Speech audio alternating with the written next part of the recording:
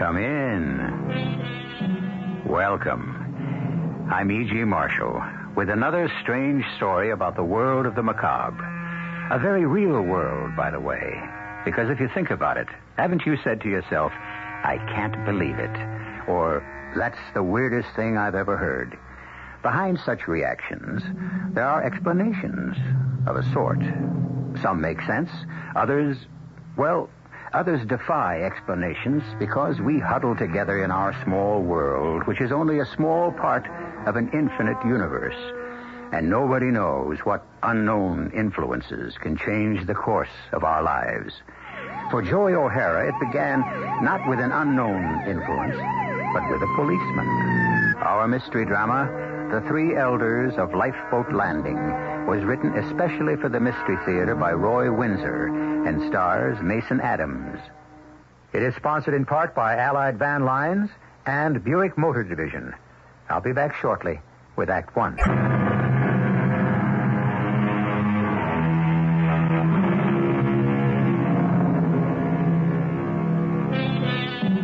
What began innocently enough, many of us have been stopped at least once for exceeding the speed limit, was to lead Joey O'Hara into an experience so devastating that until now it could never be told. And even now, names have been changed.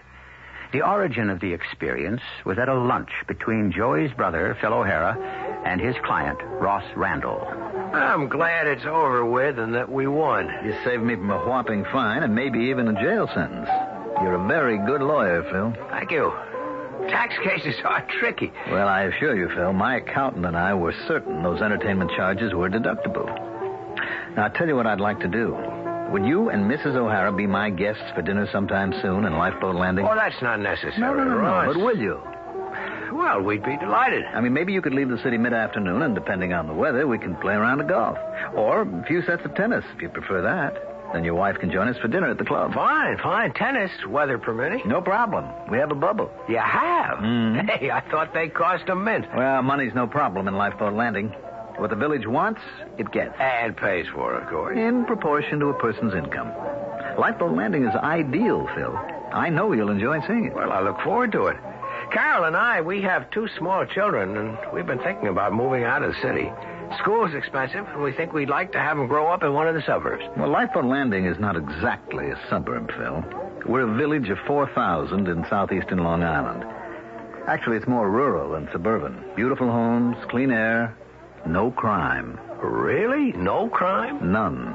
Now, if you and Mrs. O'Hara have any interest in moving out our way, I don't think there'd be any problem. Just bring the money to the real estate agent. Not quite. First, you have to be approved by the 3 elders. Oh? Like being okayed by a private club? Well, kind of yes and no. It's an integrated village, but the 3 elders... Who are? Overseers, if you will. They decide if a family is suitable for us and we for them. Only then is a family allowed to buy property in Lifeboat Landing. Well, isn't that discrimination? We refer to it as selection. I see. And what happens if one of the 4,000 strays from the beaten path? It's not a beaten path, Phil.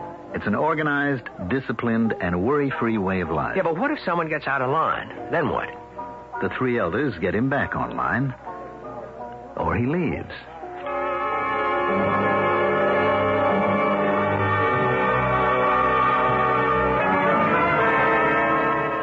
Sit down, Joey. What's on your alleged mind? You've been editing this newspaper so long, you don't know a news story from a promotion for Aunt Lily's Golden Grits. You know what's on my mind, Frank. Yeah. And what happened to those 2 guys? And what about the cashier who was plugged and left for dead on the bank floor and was up and around the next day? I saw that myself before a guard showed me the door. Well, how do you know it's the same cashier? Oh, come on, Frank.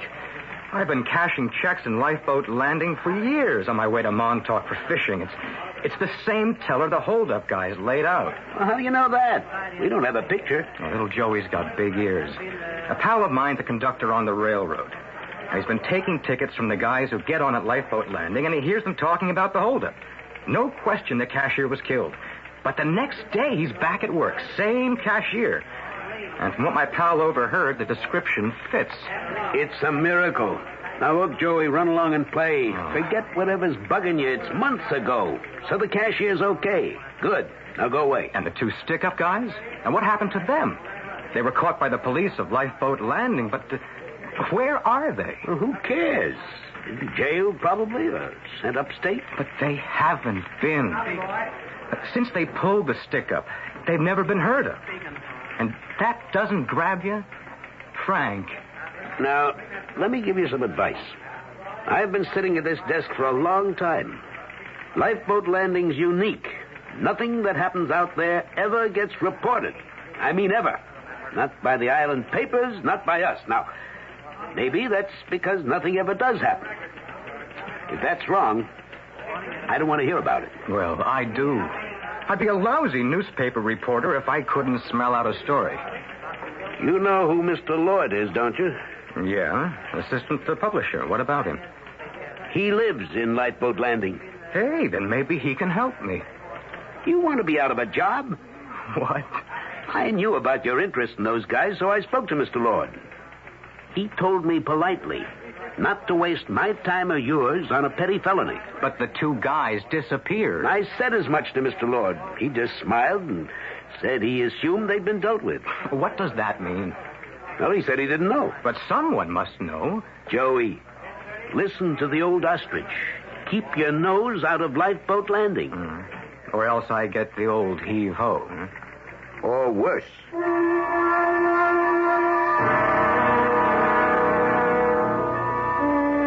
Let me help you, darling. Sure, thank you.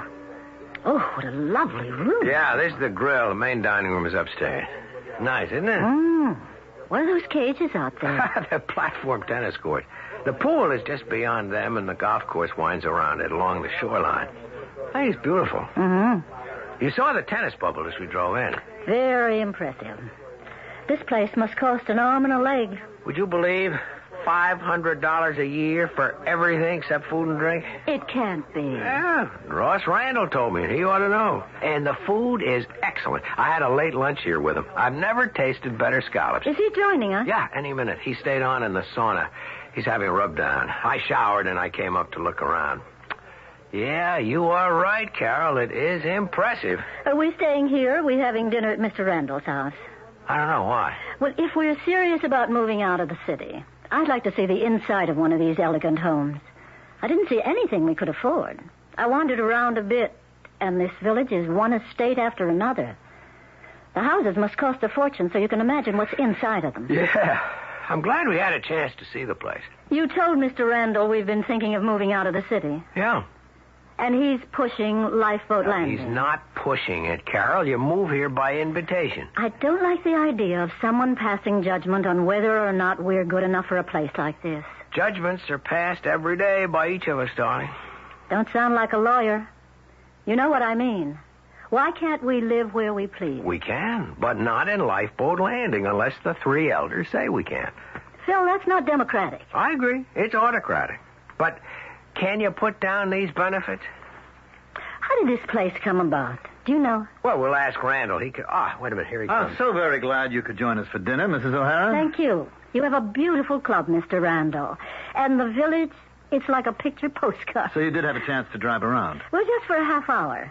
But I'm as impressed with the village as Phil is with your club. Are the dues really only $500 a year? Why should they be more? That amount is adequate to meet our costs. There are 1,000 families here, about 4,000 persons. Every family belongs to the club. 500,000 is more than enough to meet our bills. How did all this come about? I was asking Phil. Well, many years ago, this was just another potato farming area. Uh-huh. But about 35 years ago, a few men decided to buy the acreage and found a village of carefully screened families whose frustrations were common to all. Yeah, the interdependent community. You said it was something like that, I think. That's right. Color, race, religion meant nothing. We wanted families that believed in honesty, the work ethic, high cultural standards, and who abhorred waste, ugliness, and crime. Now, if in the judgment of the three elders a family qualified for residence here, they could make it possible. By saying, okay, you may buy the house? Oh, much more than that. We would make certain that you could buy the house at a price you could afford. I'd be in debt for life. No. Only a debt to the community. Now, you're a lawyer, Phil. If you bought a house in Lifeboat Landing for a pittance, your debt to the community would be as a lawyer. At any time, you might be called on to prosecute or defend for us at no fee to you. That's what we mean by interdependence. Isn't that kind of communistic? No, Mrs. O'Hara. We are elitist in spirit. We believe in the uncommon man. Lifeboat Landing is a tribute to him. What if a family is allowed to move here and doesn't like it, Ross? What happens then? He leaves. And what about his house? He sells it only to a person the three elders have found acceptable. What if he objects? Just ups and sells it to someone he knows who hasn't been approved by the elders. Well, he's warned not to, of course. Yeah, but say he's stubborn and he doesn't listen. Then his house might be razed. Leveled to the ground? We've had that experience only once, Mrs. O'Hara. A long time ago.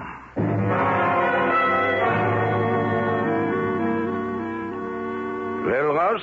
We could use another lawyer, Fritz. He seemed all right. He helped me wriggle out of that tax evasion suit. He's tractable.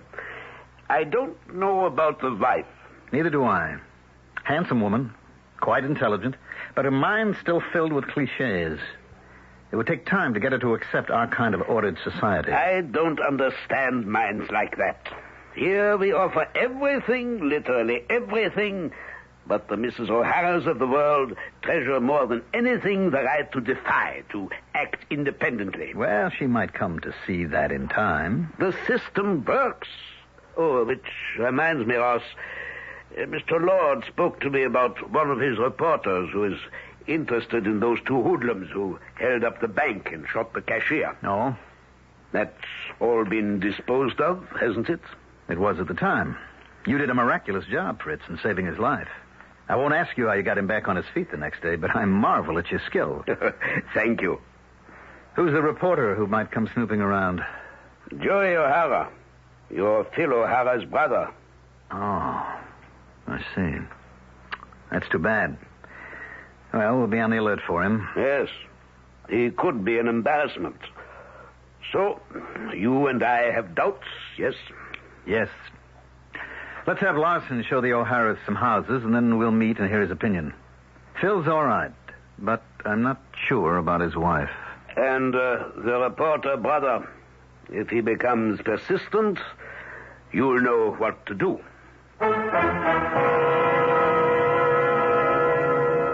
One definition of society is a voluntary association of individuals for common ends. Chemists get together and presumably talk chemistry. Nothing wrong with that. But a village of 4,000 in which, it would appear, everyone thinks and acts alike. As Americans, we hold many truths to be self-evident, and one of them is the right to protest. But not in Lifeboat Landing, as we will learn when I return with Act 2.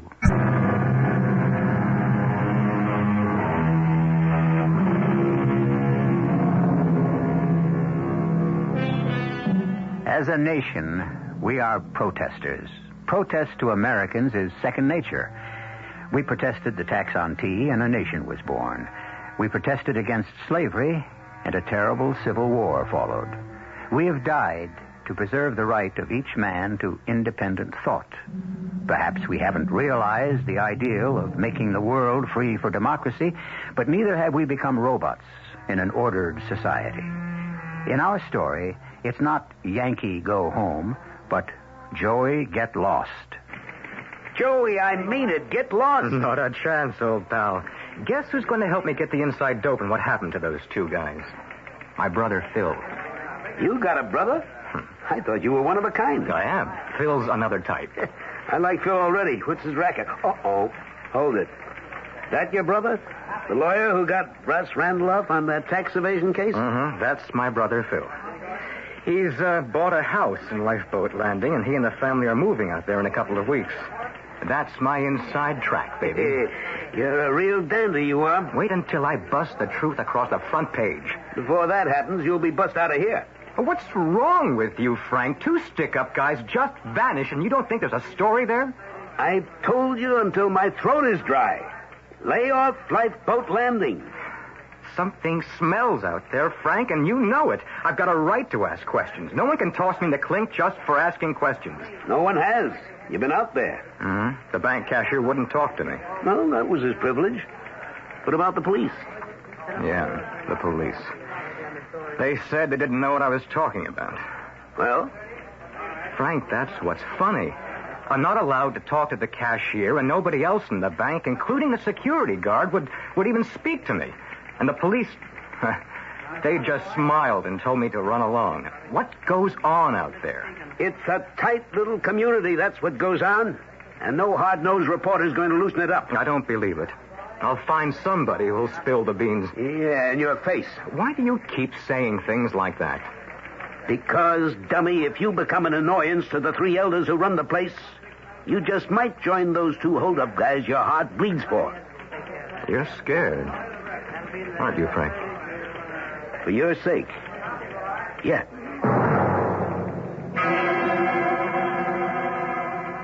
Thank you, officer.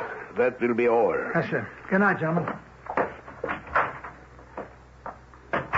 You run a pretty high-handed community. Yes, Mr. O'Hara. We do. I go over the speed limit by 10 miles an hour. But you did go over the limit. Isn't that so? Get it over with. How much? Well, there's no fine. Only a warning.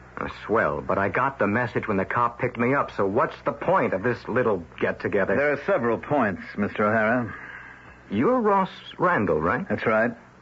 And it was your brother Phil who defended me in a tax suit and who has since been allowed to move to Lifeboat Landing. So I heard. I was on my way to his housewarming party. We won't keep you. But as Dr. Heinemann just said, we must give you a warning. Okay, shoot. If you're arrested again, you'll be sent to prison for 30 days. In your hat? No. In our jail. You couldn't wait with that. That is not worth commenting on, Mr. O'Hara. As Mr. Randall has said, you're 30 days. Then I'd sue you in every court in the land. What kind of garbage are you trying to hand out? Another warning. You are now members of this community. For his sake, I hope you won't become an embarrassment to them. You mean an embarrassment like asking what happened in that bank robbery and to the two stick-up guys who disappeared? I'm a newspaper man. There's a story there, and I'm going to dig it out. Or fish it out, if you get what I mean. I have no idea what you're talking about. And I don't suppose you have either, Mr. Randall. Mr. O'Hara, this is a civilized village. We don't have crime here. If crime enters our community, we deal with it quickly and discreetly. That's why you've been brought before us. Don't break our laws. We obey them, and visitors must. And for your own sake, stop your search for those imaginary hoodlums. All right, you're free to go. Won't you stay overnight, Joey? No, thanks, Carol. Forget what happened, kid. It's not a federal case. Well, it's going to be before I get through with it, Phil. And you're going to help me. You're back on the vanishing stick-up, man. Give up. That happened months ago. I wish you'd forget it. How can you say that? Don't you care? It's none of my business. And you've been told that it's none of yours. And the more I'm told to lay off, the surer I am that there's something strange about Lifeboat Landing. No, not strange. Different is all. It is different. It's highly organized. Each of us helps the other guy. If I have a problem, I can get help. If someone here needs legal advice, I'm here to supply it as a neighborly obligation. Now, what's wrong with that? Everything. You have no privacy. You've sold out to a weird society that provides you with every material benefit in exchange for dumb obedience. You've got it all wrong, Joey. I think and I say what I please. I go to work freely and come home to a fine house in an ideal community. Phil, can't you see what kind of place this is? You call it an interdependent society. When persons spy on each other and lead plastic lives, that's what I call the police state. But, Joey, where else could we find all this? You'll admit it's a beautiful village. Sure. And Vienna was a beautiful and carefree city until the Nazis took it over and the Gestapo paid neighbors to spy on neighbors. Isn't that the system you've got here? You understand, Carol. I can see it in your eyes. It's too much housewarming, pal.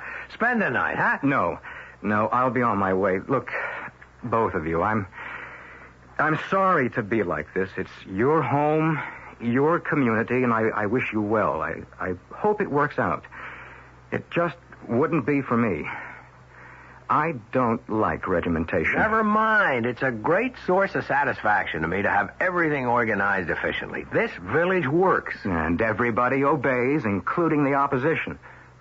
If there is one. Of course there is. But the majority opinion prevails and everyone accepts it. That's brainwashing, Phil. Well, what about it? Can you help me find out what happened to those two guys? You've been told not to snoop, Joey. Uh-huh. Meaning you won't ask questions for me. Well, then I'll have to find out for myself. I'll say good night. I'll see you to the door. So long, Phil. Good night. Please don't stir up trouble, Joey. I'll try not to, but... Carol, this place is not for you. If I can't stand it, we can always leave. I wonder. It's one thing to get into a secret society. Getting out's another. Oh, I wish you wouldn't say things like that. It makes me feel spooky. You said it. I didn't. But I know how you feel.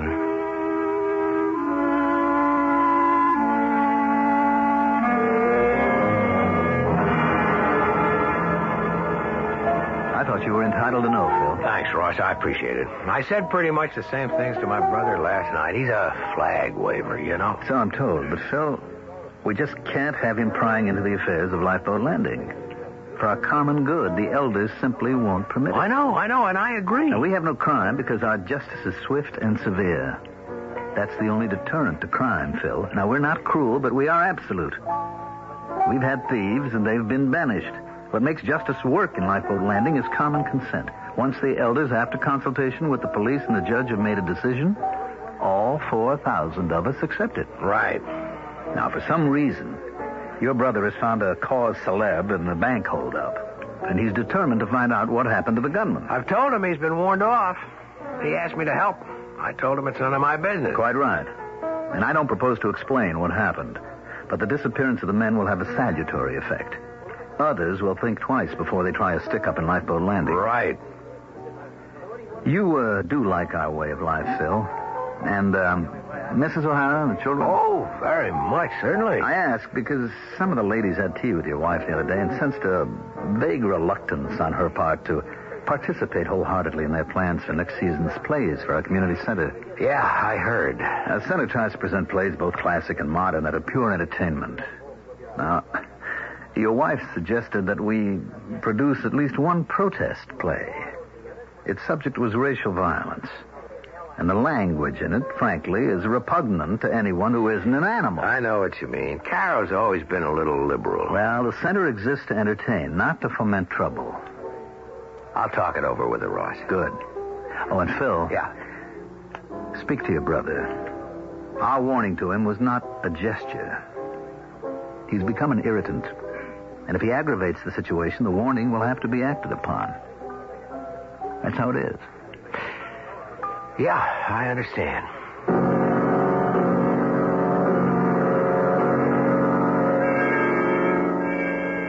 Just who does he think he is? Ross Randall warning me. All he said was if I broke the speed limit again, I'd go to jail for 30 days. Ridiculous. I'd have a lawyer spring me in half an hour. He wasn't talking about you being arrested for speeding. Worried about me snooping into what happened to those two hold-up men, right? Joey, why don't you drop that? Not on your life, But what Carol. do they mean to you? They were just a couple of bums who got caught robbing a bank. And vanished. So what? So everything. Look, I don't even know who the guys were, and they're probably no good, but this is America, Carol, baby, and those guys were entitled to a hearing before a judge and then sentenced. You just can't be rubbed out. That happens in a police state, but not here. Can't you see that? I give up. It's your neck, Joey. And I'm not afraid of Ross Randall. He's not going to feed me to the sharks the way he did with those two hold-up punks. You sure jumped to conclusions. But where did they go? Whatever happened to them, Randall doesn't care to tell me. When the three elders reach a decision, others act on it. There are 4,000 of us here, Joey. Us? You're one of them now, Phil? Yes. My law practice in the city has increased by half since we moved to Lifeboat Landing. We love our house, the schools are good, the village is kept beautifully, the club is marvelous, and our neighbors are congenial. What more could I want? Freedom. Freedom to think and to act as you please. We have all the freedom we need. Oh, come on, both of you. Let's not get nasty. Joey, we're here.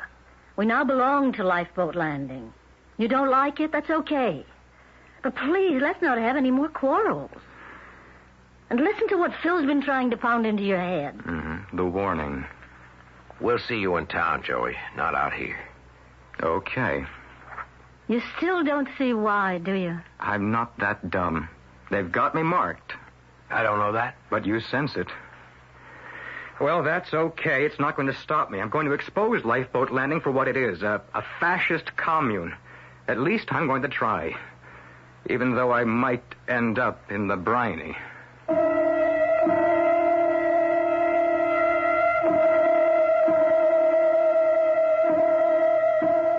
Aristotle wrote that democracy arose from men thinking that if they are equal in any respect, they are equal in all respects. I don't think it's worked that way here. You and I have equal rights with, say, a famous doctor, but could we pretend to be equal in the ability to invent the polio vaccine? More on the subject as it applies to Lifeboat Landing when I return with Act 3.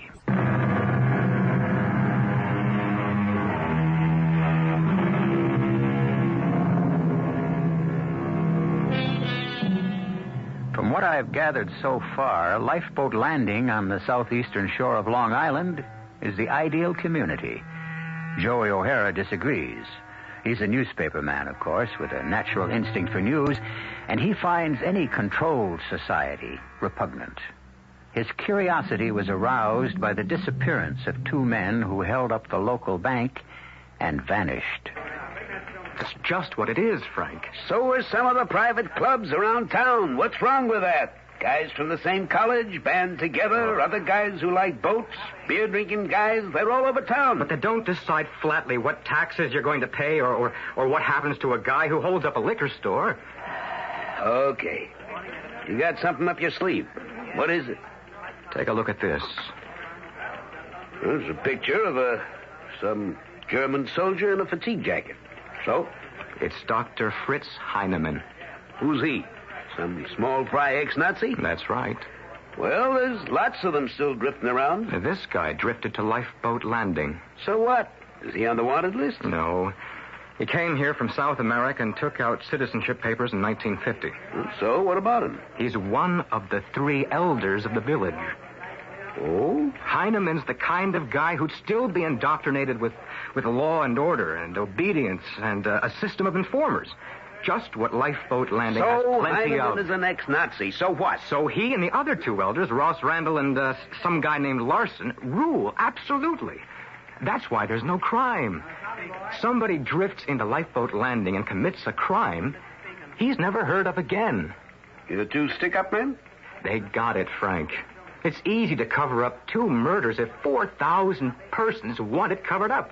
And what I want to do, Frank, is to begin to write a series of articles about the place. No good. You said nobody out there is willing to talk. What you think is one thing. But unless you got facts, we'd be inviting a libel suit. The paper can't print a story without possessing hard facts. You haven't got any.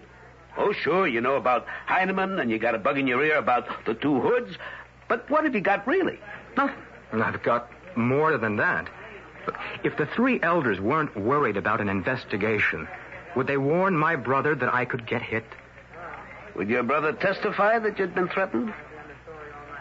I don't know. I do. From what you've told me about him since he moved out there, your brother wouldn't talk. He's my brother. He's also a guy who'd probably like to stay alive.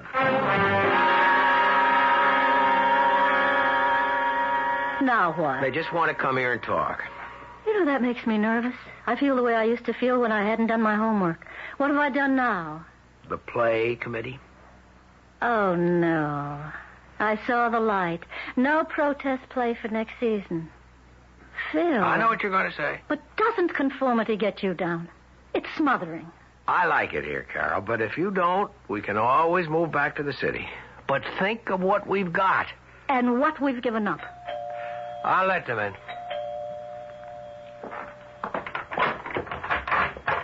Hello, Roy. Ross. Hello, Fritz. Come on in. Thank you. We won't be 5 minutes, Phil. Good evening, Mrs. O'Hara. Hello, Dr. Heinemann. Ross, please sit down. Shall I stay, or Oh, please. do you want me? Please. What we have to say is for both of you. Sit down, Fritz. Phil, we think we've made a mistake. I really made the mistake, but the elders act together. We share credit and errors. A mistake? Ross and I met with Mr. Larson, the third elder, and we have concluded reluctantly that Lifeboat Landing is not quite right for your family. I'm sorry to hear that. We like it here very much. Yes, I think you do, Phil. But what about you, Carol? Well, I'm getting used to it. It's taking a while because it's a different experience for me. But I love my house and everything else about the village. Yes, physically it is perfect, and the reason for that is efficient organization. Some persons fit the yoke, others do not. Many personal inclinations have to be repressed for the good of all. Decisions made by the three elders represent the majority opinion, and the minority has to accept it. And some persons might resent that kind of rule as arbitrary. Well, it is, kind of, isn't it? Well, isn't it preferable to constant turmoil? The elders decide what is best for all and put it into effect. To be efficient and productive, a house needs a head. So does a business. So does government. Understand? Yes. Turmoil and bitterness and neighbor set against neighbor. Those are the very reasons that democracy is inefficient. But each of us should be free to say what he thinks. That is the reason for our visit. We suggest it will be happier if you leave Lifeboat Landing. We would like to have you stay with us, but not as dissidents. And then, Phil, there's your brother. I told him to stay away. It wasn't easy. I'm fond of him. He's still bent on making trouble. How could he? He can't, but he refuses to believe it. Now, I can give you one piece of news that you may not be aware of. He's been discharged from his job.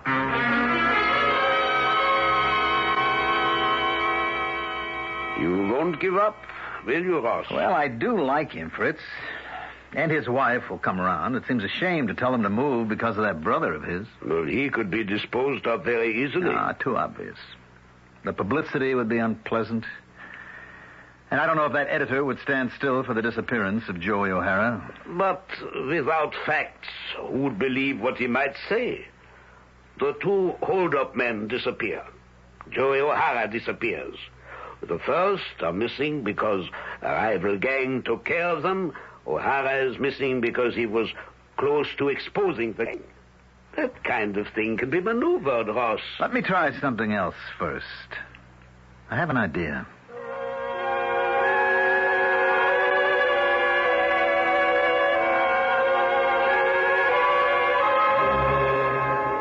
You sure it's okay for you to be seen with me, brother Phil? Come off it. I mean it.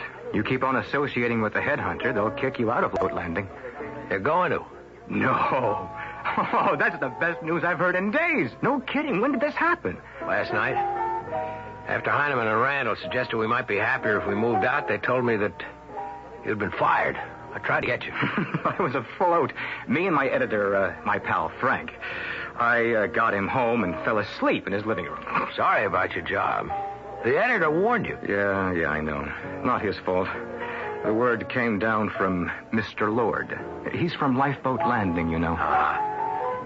Well, I'm not sorry you're coming back to the city, Phil. That place bugs Carol. Oh, it's not definite. I suppose I'm the reason they want you out. Yeah, it's mostly you, yes. Well, I should be sorry, but I'm not. Heinemann is a former Nazi. He settled in Lifeboat Landing and built a model brainwashed village. It works like a perfect clock. Great if you're a clock. You get wound up and just tick away. Heinemann, a former Nazi? That's right. Oh, he's an American citizen now, but he's put together a perfect model of a town occupied by the Wehrmacht. Everybody's smiling on the outside, spying on their neighbors, scared stiff on the inside, because if you step out of line, the three elders will get you. That's not quite true, Joey. Before they take an important position, they poll the heads of each of the families. Mm-hmm. And you're going to disagree with what the elders recommend? Not on your life. Another thing about Heinemann. He's also some kind of faith healer. Now, what does that mean? I've heard that he can effect some remarkable cures. He's an internist, but he also dabbles on the side in faith healing. The reason I got interested was that bank cashier. He was left for dead. The next day, he's up and around, good as new. I don't believe it. The faith healing, I mean. The guy probably was just nicked. I believe it. I'd believe anything about Heinemann and those other two. Are you all right for money, Joey? Sure. I'm rolling in about $140. Well, if you need any... Thanks. And what now? Now I've got another surprise for you. I'm having cocktails at 6 with Heinemann and Randall at your community club in lovely Lifeboat Landing. Oh, come on. What for? Persistence pays off. They're going to tell me all about the 2 hold-up guys who floated away into space.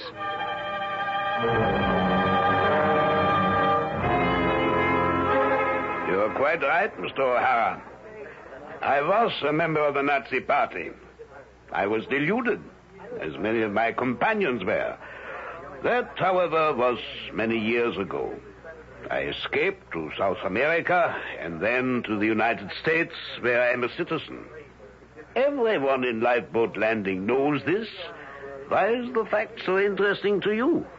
Because the government of Lifeboat Landing reflects an alien philosophy, your deluded philosophy of absolute rule. All of us here believe in a democracy controlled by the 3 elders who enforce the majority rule. So 2 guys stick up your bank and the majority approves, rubbing them out. Exactly. You admit you had them disappear? Yes. Without trial and without a defense? That's right. That's murder. It is self-preservation. Fear is our weapon, and all of us believe in it. And you place yourself above our accepted concept of law. We invited you here to demonstrate how justice works in our village. You were warned about speeding. Oh, don't tell me I'm going to be punished for throwing a cigarette in the street. You're not going to be punished at all. But you are about to be rendered ineffective in your attempt to expose us for our way of life, which includes, when it's necessary, the act of extermination. Oh, you're giving me a mighty juicy story, Mr. Randall. And you may feel free to write it if you want your niece, then your nephew, then Mrs. O'Hara, and then your brother to drop out of sight forever. You'd murder them? Drop your investigations, or that's exactly what will happen. Oh, they're getting out of this sick place. No, they are going to remain. We had thought of telling them to leave and then of dealing with you. This way will be less troublesome. With you alive, no one will believe your story. I'll notify every law enforcement agency in the country. And who would believe you? Your niece is drowned at the beach. Your nephew? Well, why go on? You do that? Oh, yes. That's fiendish. We like our way of life, and no one will be allowed to interfere with it.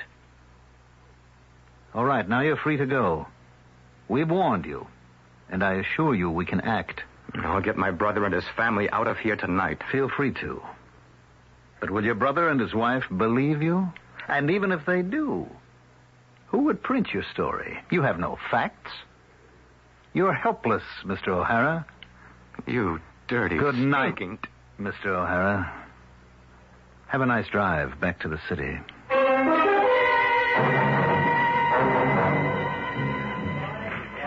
Where are you calling from, Joey? What? You say they'd knock off your family one by one? Joey, are you sober? All right. Save the language. Huh? Yeah. I'll do better than that.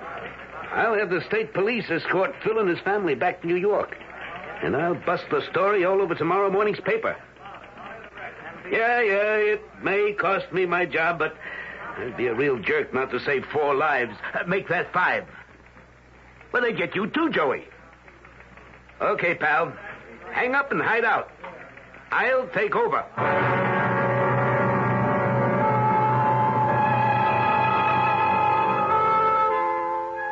A fantasy? Of course. It really can't happen here. But back in 1935, Sinclair Lewis thought it could. And it was he who anticipated the monstrous war fomented by a madman who wanted to impose a rigid order on Europe and then on the rest of the civilized world. He failed, just as tyranny failed in the strange village of Lifeboat Landing. I will return shortly.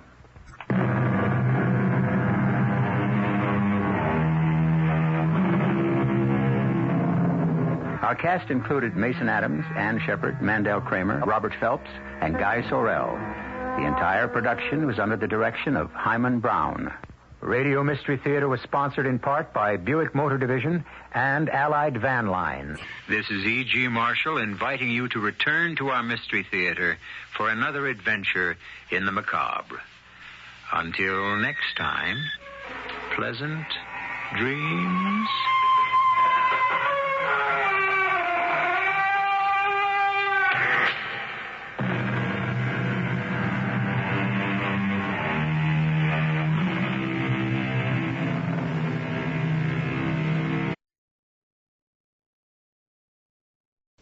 The CBS Radio Mystery Theater presents...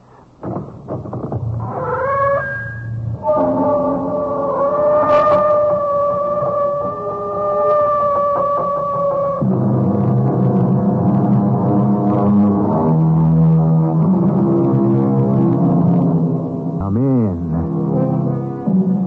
Welcome. I'm E.G. Marshall. The curtain of today's Theater of the Mind is rising on a subtle and compelling story by Maxim Gorky. I might remind you that Gorky was his pen name. In Russian, it means bitter. And in any language, that is the texture of his twisting tales of the sudden and unexpected. You won't be bludgeoned by what you're about to hear, but you will feel a hand at your throat and a fluttering of the heart. See this knife, Vanya? Long and sharp. Have you ever used it on someone? No. But when I get desperate and hungry enough, I'd like to. Oh, they'd catch you and send you to Siberia. Ha! Threats! They whip you with threats. Maybe some things are worth going to Siberia for.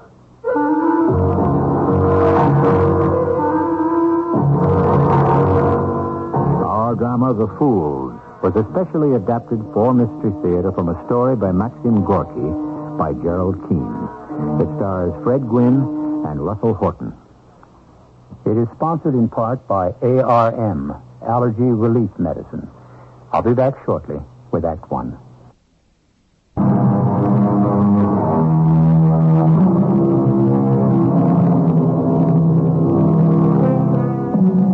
I generally introduce our mystery drama with a philosophical observation on crime and punishment.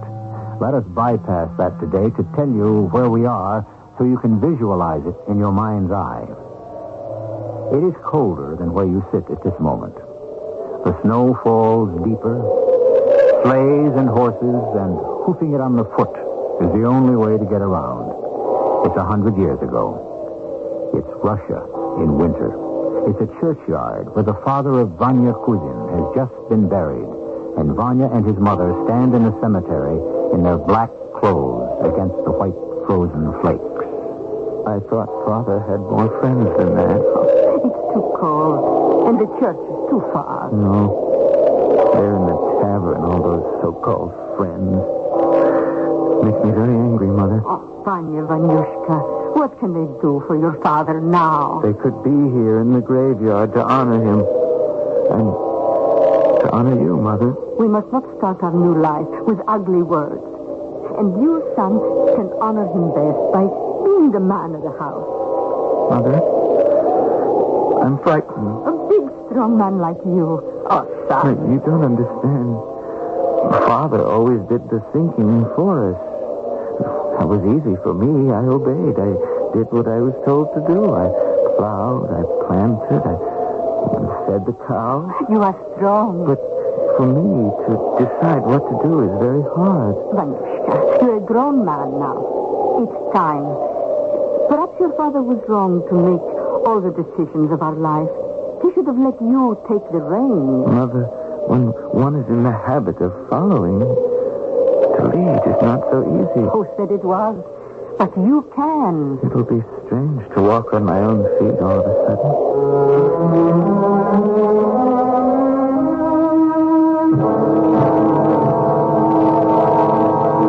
Son, what are you doing? Peeling potatoes? A week has gone by since we buried your father. That much? Why don't you go to the city, Vanya? Mother, why have you stopped calling me Vanyushka? Vanyushka is what you say to a baby you love. Have you stopped loving me? It is time to grow up. But you still love me. Peeling potatoes. A big man sitting by the stove. I said, why don't you? Go to the city. Well, what for? Take your father's heavy axe and go. There are many in the city already with axes. How do you know? In the tavern Father used to go to. I drink vodka. I listen. Very little work in the city, they say. Hardly any.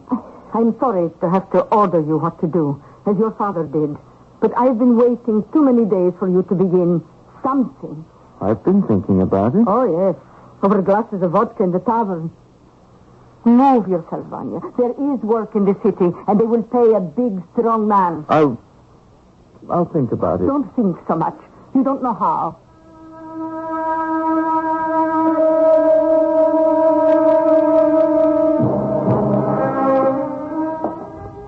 Are you awake, Vanya? The stove's gone out. Bring in some wood. Get up. I'm not asleep, Mother. When your father was alive, there was always wood. We never had to sleep in our clothes. I don't mind sleeping in mine. I'm up. How much money do you have, Mother? 1 ruble and 5 10-kopeck pieces. Give me the 50 kopecks. What for? Well, to take along. You're going, then? Yes, I'm going. This very minute. Oh, God be praised, and God be with you. Have some hot soup before you go. No, it would take too long. Oh, listen to him. It took him 31 years to make up his mind, and then he has to leave the house without breakfast. Now, here is the money. Better count it. Always count your money. That way you don't get cheated. I've never had this much money in my pocket in all my life. It's a good feeling. Now, here are your father's mittens and his fur cap. Fits down over the ears. Nice and warm. How do I look? Vanya, these mittens are better than mine. Be on your guard against city people. Take care what you say, how you behave with them. City people, they're sly. And no drinking. Keep your money. If you are cold, go to a tea house. Tea and sugar are good for you. Shall I bring in the wood for the stove before I go? No, Vanya. I'll do that. You have suddenly caught ambition. You have decided to leave. Go now. This instant, before it wears off. I'll take Father's axe anyway. I'll open the door for you. Go. Don't look back. Well, goodbye. When will I see you again, Mother? I'll see you when I see you.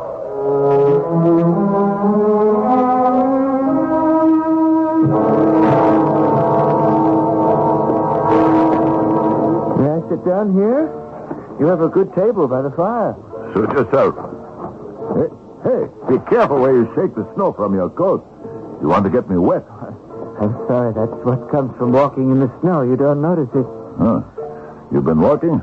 For how long? I've been on the road 9 days, and it didn't stop snowing once. Huh. Where do you eat? Taverns like this, just bread and tea. I sleep in barns. I never realized how well off animals were. I was brought up on a farm. Warm hay. Sometimes the horses get blankets. Hey, watch where you're putting that axe. You want to cut off my foot? Sorry. Ah, good to sit down. I started at 5 this morning. A lot of people here.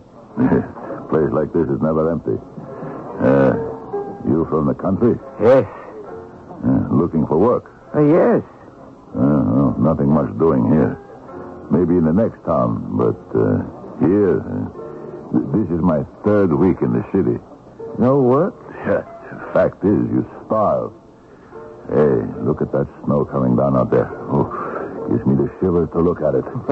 You're not Russian? Of course I'm Russian, but I never liked snow. Waiter, bring me some tea and 2 rolls. I had an overcoat when I first came here. I ate it up. I had a cap. I ate that. All I have left are my boots. Soon I'll have to sell those, too. Maybe you'll find work. Gee, small chance. There are as many looking for work here as yellow leaves in autumn. Turn your head. See? They're all from the backwoods and farms, and they all want to eat. Let's have tea together. I thank you very much. I've had tea. But I tell you what would really warm me. A little glass of something. Why not? Waiter, don't bring the tea. A half bottle of vodka and 2 glasses. More suitable for this weather, believe me.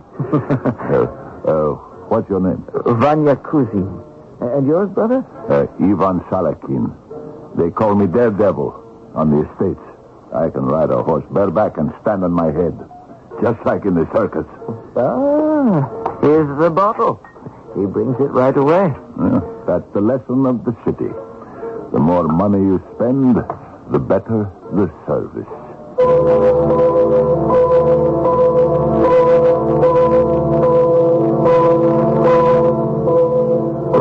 What did you say your name was, brother? Vanya. Yes, Vanya. Mine's Ivan. You told me. What will we drink to now? 2 jobs for 2 worthy people. We drank to that already. So we drink again. The more powerful the desire, the quicker it happens. What happens? Anything. Come on, drink up. I'll fill them again. Not much left, and this is the 2nd bottle. Am I mistaken, Ivan, or have most of the people gone? What time is it? Time? Do I have a gold watch? Where do you sleep? Not far from here. 3 kopecks a night. You? Nowhere yet. I've just arrived. Why don't we go to the same place? They have lots of beds. Real beds? Of course. You're in the city now, not on a farm. I used to come to the city with my father. He had business in the city often. Your father? Where is he? In the graveyard.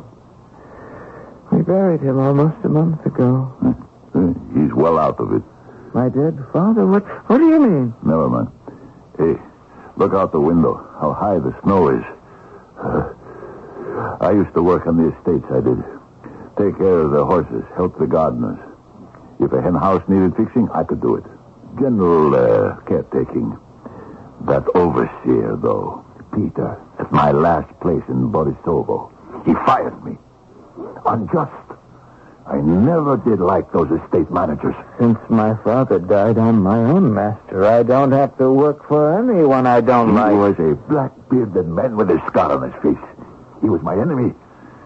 Why did he fire me? I ask you. Well, I don't know. 2 years I worked there in Borisovo. Everything was as it should be. Then, one day, Peter Yasevich, he gets angry with me. Accuses me with the cook, Maria. Said she and I, things like that. And then about the reins. That was my fault, too. The reins got lost. Look for them, he says. I can't find them. Then go, he says. Get out. You're finished here. I'm no use to him, he says. I know why he fired me. Jealous. He wanted Maria for himself. But she wouldn't look at him. Of course, you can't fire a cook. They're hard to find. Vanya, order another half bottle. When I get work, I'll order you 6 bottles. Waiter, my friend wants more vodka. Huh? And then we go.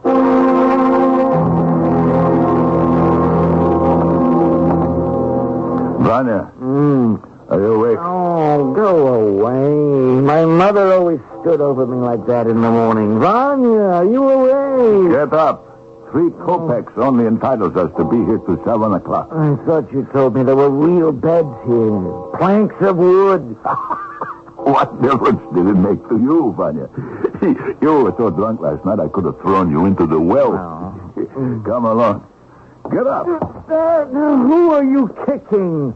I'll show you don't kick a man like that. Hold on there. Spent all my money on you and you kick me out. Get away from me, you greenhorn. Greenhorn, is it? I warned you. See this?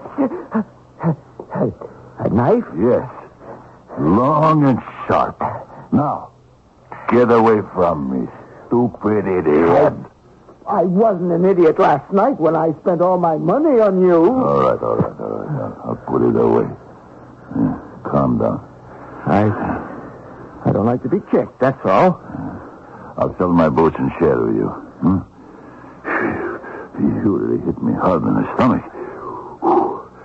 You'll see. I don't abandon my friends. We're not the rich who quarrel over who gets what, huh? We'll get money.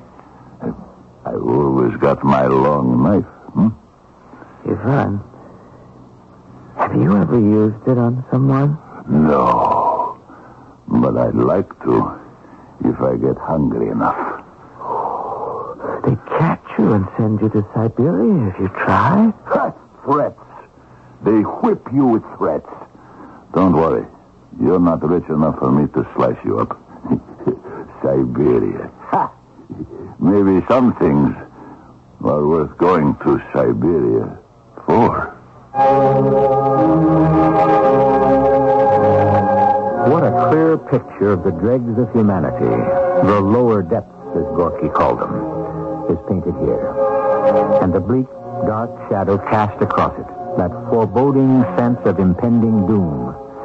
These outcasts, struggling to keep alive in a society that rejects them. What next? I shall return shortly with Act 2.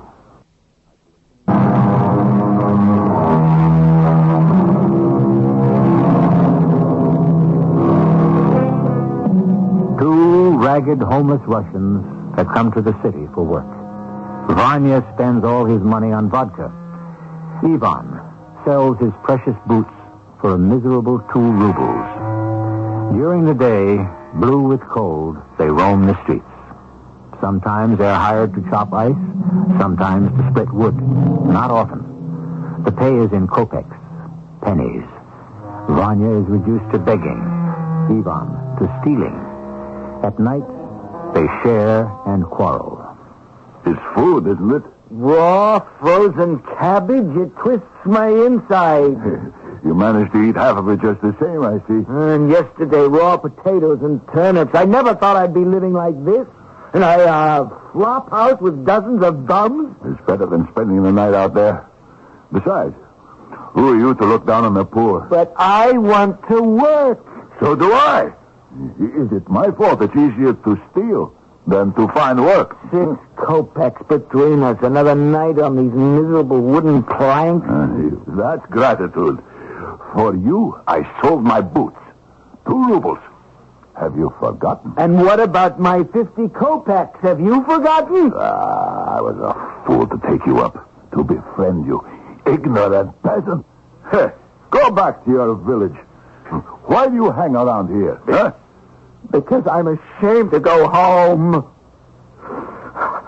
Oh, you wouldn't understand that. What should I tell my mother? That I wasted all my money on vodka and poured it down your ugly throat? You're a weakling. Not strong enough for the city. If you had guts... What? No, never mind. Muscle bound like an ox he is, but weak in the head. Guts. Courage. You don't even know what I'm talking about.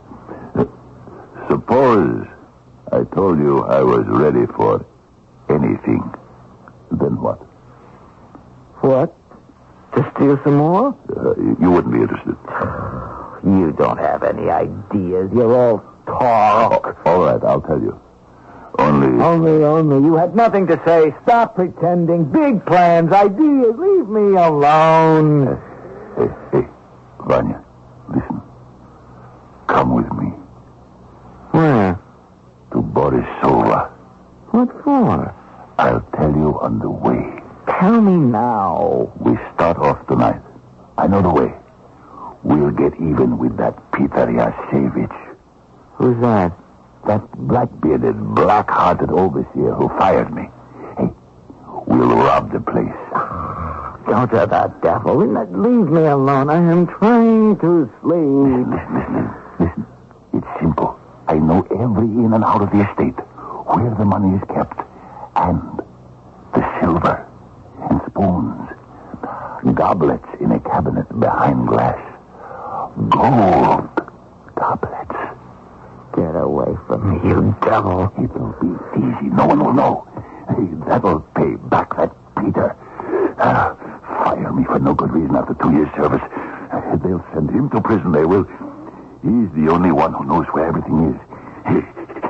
He'll get it. Ivan? Brains. That's what I have. This is the time to do it. Huh? Snow everywhere. Vanya, what now? Ivan, is there much money in it?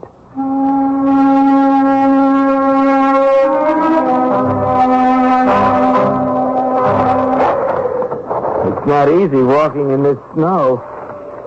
Your feet sink right in. Is it much further? I don't know. All the landmarks that are familiar are covered. Are we on the right road? Yeah, of course we are. What do you think I am, stupid? Can hardly see in front of me. That's good. Means no one will see us either. No witnesses.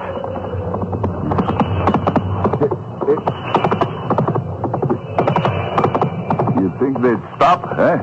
They see two men on the road and they drive right by, throwing up a spray of ice all over it. That's their way, the rich. They don't see anything they don't wish to. Ivan, can you walk slower? My legs won't work. They're stiff with the cold. Force them to walk, you idiot. Think of the pot of gold at the end of the rainbow. When we get there... Are you listening, Vanya? When we get there, the first thing we do is set fire to the shed. Understand? When it catches, everybody will run to the fire. Peter Yasevich, too. We'll make a big fire. Then we go into the house and clean it out. You and I. And if they catch us? Who would catch us? You have a fire in the shed, you have to put it out. Not run after the thieves. You don't know human nature. Here's another sled coming. Vanya, let's stand here and wait for the driver. Perhaps he will stop and give us a lift. Come, Vanya! Come! You see him? See that smug look on his face? Stared at us as if we were dogs. He sells charcoal. How do you know? All that soot on the back of the sleigh. Bags of coal. Black as his hearth. He was alone, too, Vanya. Big fur rug all over him. Plenty of room for two more. Let's keep walking. Ivan, do you have any idea how far we've come? How can I? There's no seeing what's in front of us. If someone doesn't give us a lift, we won't get there before dark. If someone said, hop on, we could even pay 5 kopecks apiece. For what 5 kopecks apiece? We have no money. You think I'm stupid enough to travel without something for emergencies? I took it from the flophouse attendant when he was asleep. 50 kopecks. Well, we need it more than he does. Vanya! I'm here. I'm here. Are we there? See that house? Huh? I know it. Borisovo? The inn at Fokino. 2 towns from Borisovo. Let's go in and have a glass. Oh, yes.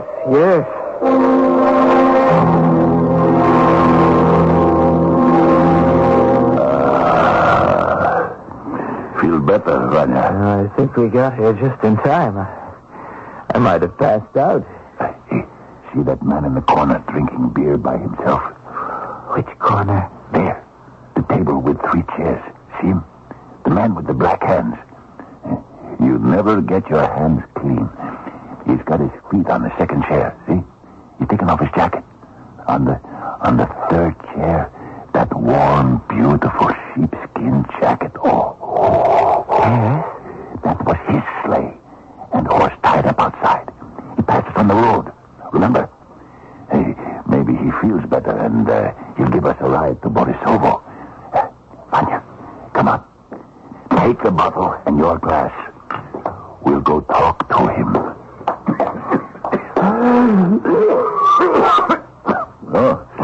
That's not a good sounding cough, brother. Did anyone ask you? Oh, I didn't mean to insult you. I was concerned. What do you want? I want nothing. I heard you coughing, that's all. My concern for my fellow man. You sell charcoal. That's what it is. The dust.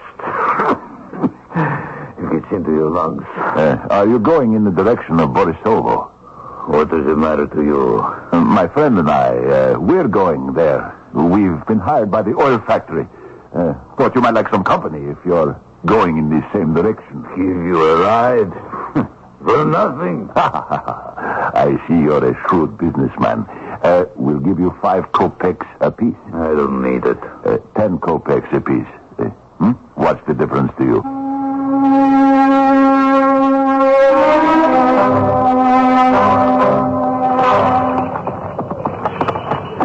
Vanya, I told you we'd get a lift. It's even colder under these coal bags at the back of the flat. Walking. The air cuts my face. And cover your head with the coal bags. What do you expect for 10 kopecks? A fur rug? I'm going to move forward and talk to him. On, Laska, on! That's a good horse. Borisova is not far away, brother. Far enough. You take this road every week? When I have to. I neglected to ask your name. I am Ivan Salakin. My friend in the back of the sleigh is Vanya Kuzin. My name is Nikolai Nikolovich. Who are you? Me? A human being. Everybody's a human being. I'm asking, where do you belong? I belong nowhere. I have no relatives. Vanya! You back there. Are you still alive? Yes, barely. I look at you two. I can see you are unfortunate. Both of you in rags. Bums. Loafers, I suppose. What do you mean? We're hard workers. Do you think I believed you when you said you were going for a job in Borisovo, an oil factory? Take me. I burn charcoal. Take it to town to the distillery. I live it in peace. I have enough to eat, something to wear, shoes on my feet. A man who works can get along. 2 bums.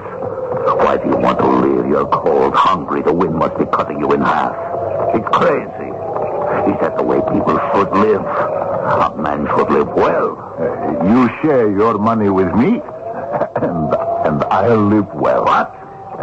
I said you share your money with you see this? This iron weight on the end of this chain. You try anything funny and I'll smash your head in. Whoa! Whoa there! Now, get out. Here? But we're 21st from anywhere. I don't care. Get out. We gave you 20 kopecks to ride all the way to Borisovo. Get out! I hate you. You parasite. You think you're the only one who wants to work? I wouldn't ride with you. Dog. I'll get out. Teach you a lesson. Coward. Hit me in the back with that weight. A man's back is turned. I'll pull you down in the road with me, you scum. Help! Mother! Take your hands from my throat. Vanya! Vanya, come help me!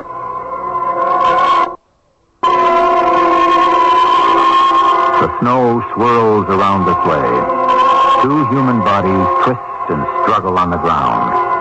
One to kill, the other to live. Ivan has come to the end of his rope, no longer able to bear contempt and insults.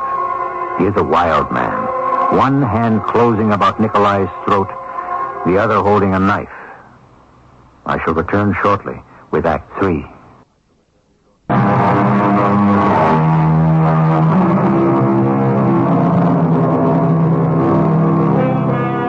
Vanya, crushed by the cold, lies in the sleigh, buried under empty coal sacks. Hearing the charcoal burner cry out, He is seized by terror. I'll say I was asleep and didn't hear anything, he says to himself. Vanya stumbles to his feet. He sees his friend slowly get up from the ground. In front of the sleigh lies a dead man. It's done. He won't torture anyone anymore. There's blood all over you. A knife cuts. That's what it's for. The horse is looking at us. It saw everything. Idiot. The horse isn't likely to do any talking. Oh, we've done it now. Well, better to kill him than have him kill us. Come on. Let's take his clothes off. You can have the sheepskin jacket. I'll have the overcoat. Come on, Vanya. We must hurry. Someone may come by. You're not afraid, Ivan? How is it possible? Afraid? Help me. Come on. Leave his trousers on. Here, take his cap. Where's my own cap? It's my father's cap. I must have dropped it somewhere in the snow. Here, then put this one on. You'll be cold. It won't look good, a man without a cap. I'm going to turn his pockets inside out. See, look at that. A gold coin. And 5 rubles. No, 7. Is this... Ivan, tell me, is this the first time you killed someone? What am I? A bandit? I only asked because you undressed him so quickly. It's hard to strip someone living, but a dead one is a cinch. Ivan, let's go back. Right now, back to the city. No. Ivan, please, I'm scared. First, we must sell the horse, and then we'll go to Borisivo. Set fire to the shed. I'd like to see Peter's face. What are you talking about? We're done for, brother. What's going to happen to us? A dead man? Blood everywhere? Is this what we wanted for life? Done for? What do you mean done for? Are we the only ones who killed a man? Is this the first time it happened on Earth? Please, my brother, please don't be angry. How can I help it? Here this thing has happened and you're whimpering like a baby. Come on, we have to bury him. Help me dig a pit. Clear away the snow. Then we'll drag him over.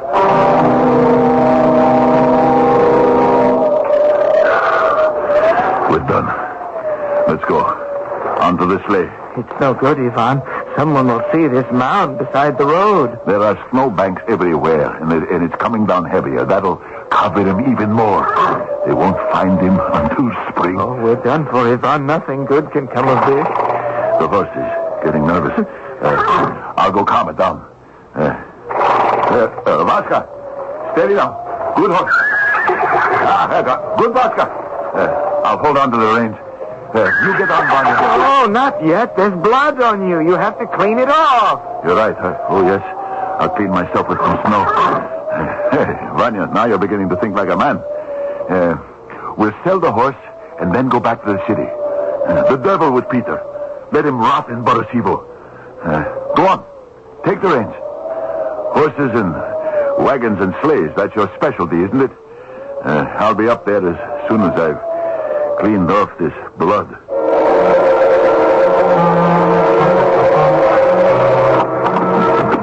Shut the door!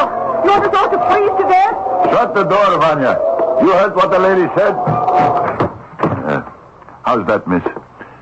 Should I put a chair in front of it just in case it blows open again? Oh, don't be stupid. Do you want to stop other customers from coming into our tavern?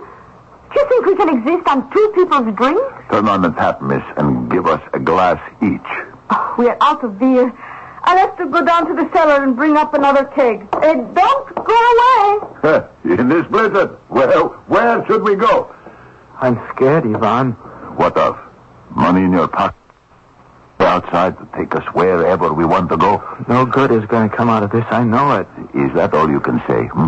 Be quiet. No good's going to come of what? Who are you? Nice way to talk. I run this tavern. I mean, to come upon a man suddenly like that and ask questions. I'm waiting for your girl to bring up some beer. You coming a long way? We? No. We don't come from far away. About 30 versts. In which direction? That way. Ah, so you're from Fokino. Oh, here. Here is a barrel full. I've changed my mind. I'll have vodka. Vanya? Vodka? Anything you say. Is that your brother? Oh, no, we're not brothers. Here you are. For my friend and I. Keeper, pick it up. It's for you. Don't you want the money for the vodka? No, Harry. You may want a few more. Vanya, to your health. To yours, Ivan. Let's go now, Ivan. I think we should go. Let's drive off. What for? We still have a long way, even with the horse. I don't like the way that man looks at us. Who? The tavern keeper? Yeah. These fellows look at everyone that way. When you've been in as many taverns as I have, it will not bother you. Suppose they find out. What's to find out? 2 men drive up in a sleigh, get out and have a drink. It happens all the time.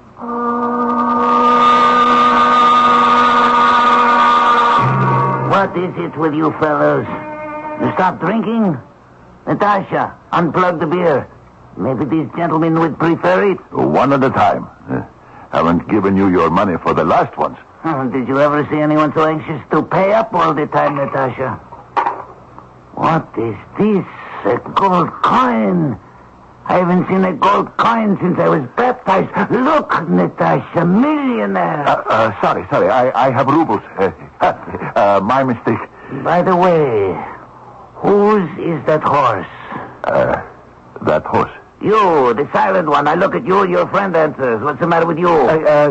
Yes, the horse is ours. Oh, here are your drinks. Natasha, that horse out there, doesn't it look familiar? I saw these 2 ride up with it. It must belong to them. You think so? Of course it's ours. Who else is? You, silent one. What do you do for a living? Me? Yes, you. Who am I looking at? We're butchers. What are you saying? Butchers. So that's why I noticed in the front of the sleigh there was bloodstains. What? Didn't you know? Come outside, I'll show you. This house looks so familiar, Natasha. Yes, Joseph. I see what you mean. Are you sure it's yours? Of course it's our horse. Didn't I say it was? You're restless. Why don't you go pat him on the nose? Certainly. I don't have any sugar with me. There, Vasca. Ivan, get back. Doesn't seem very friendly, your horse. I know horses, Joseph. That horse is frightened of something.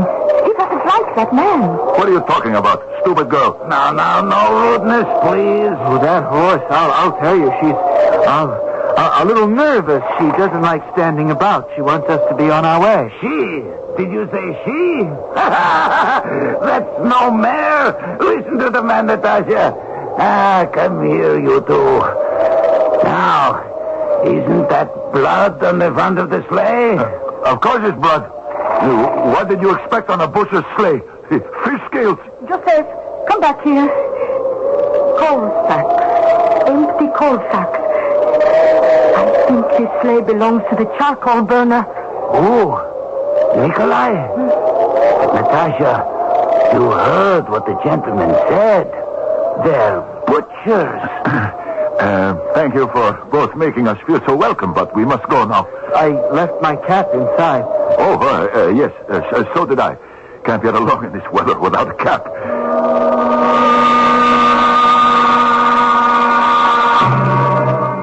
Did you find your cap, Vanya? I've got mine.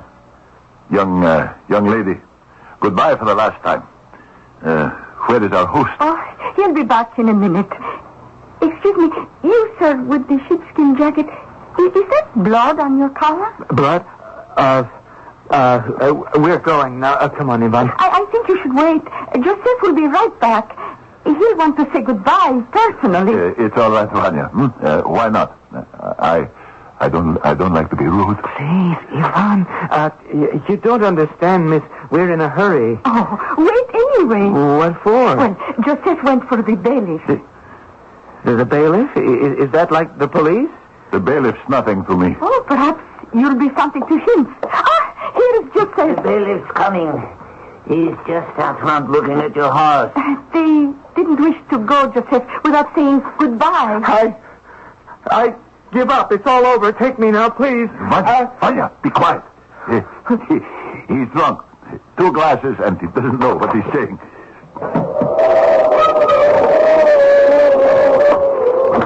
Good day, my friends. Which of the 2 coal-carrying butchers? These 2, bailiff.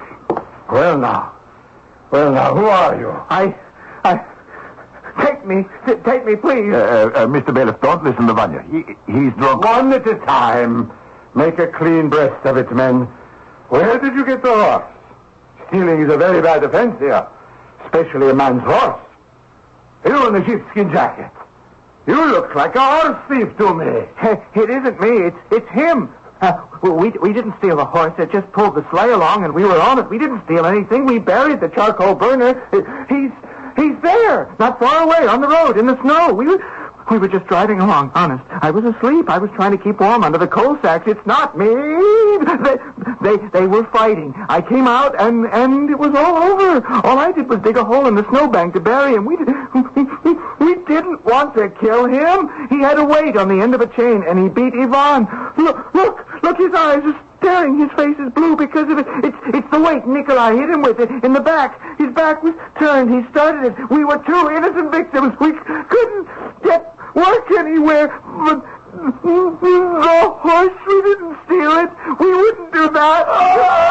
Go to it, Vanya. Go ahead. Don't stop. Bury me. Mother! Father!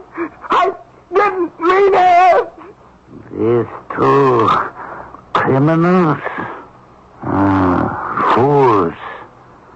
Bone-headed fools.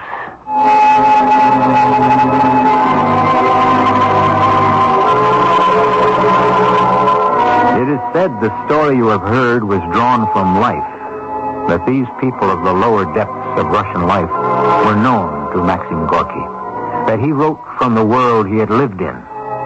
Gorky himself had experienced many hard years from the time he was 8 years old and went to work. His voice speaks loudly for the poor underdog caught in the haphazard design of fate. I'll be back shortly.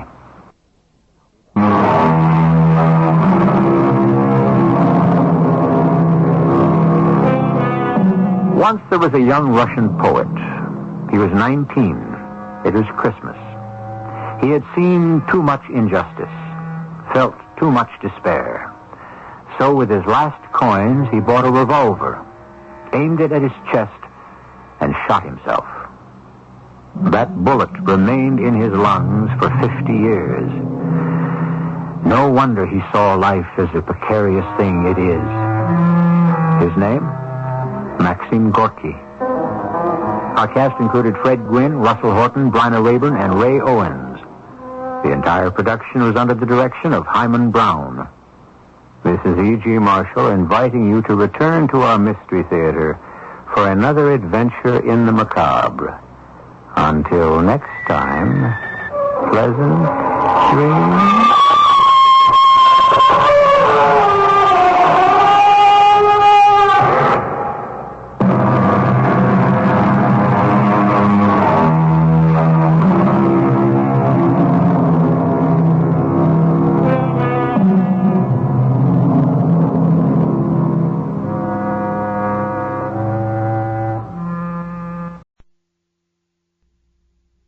Mystery Theater.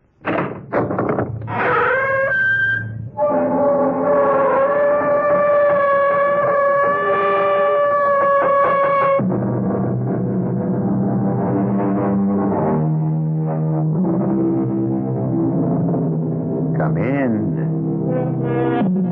Welcome. I'm E.G. Marshall. Has it ever occurred to you to have yourself put into a frozen sleep when you die, so that you may return someday in the future? This is a bone-chilling tale, if you'll excuse the pun, that concerns the science of cryogenics, that branch of physics which deals with low temperatures, the hypothermic range in which more and more people are having their bodies frozen after death in the hope of reincarnation someday in the future. All right. close the casket. No, please, one moment. Mr. Richard, I don't want to lose any more refrigeration than we have already lost. All right. All right, Doctor, do what you must. Very well. That's it, Mr. Richard. We have done all that human hands can do. From now on, the computer takes over.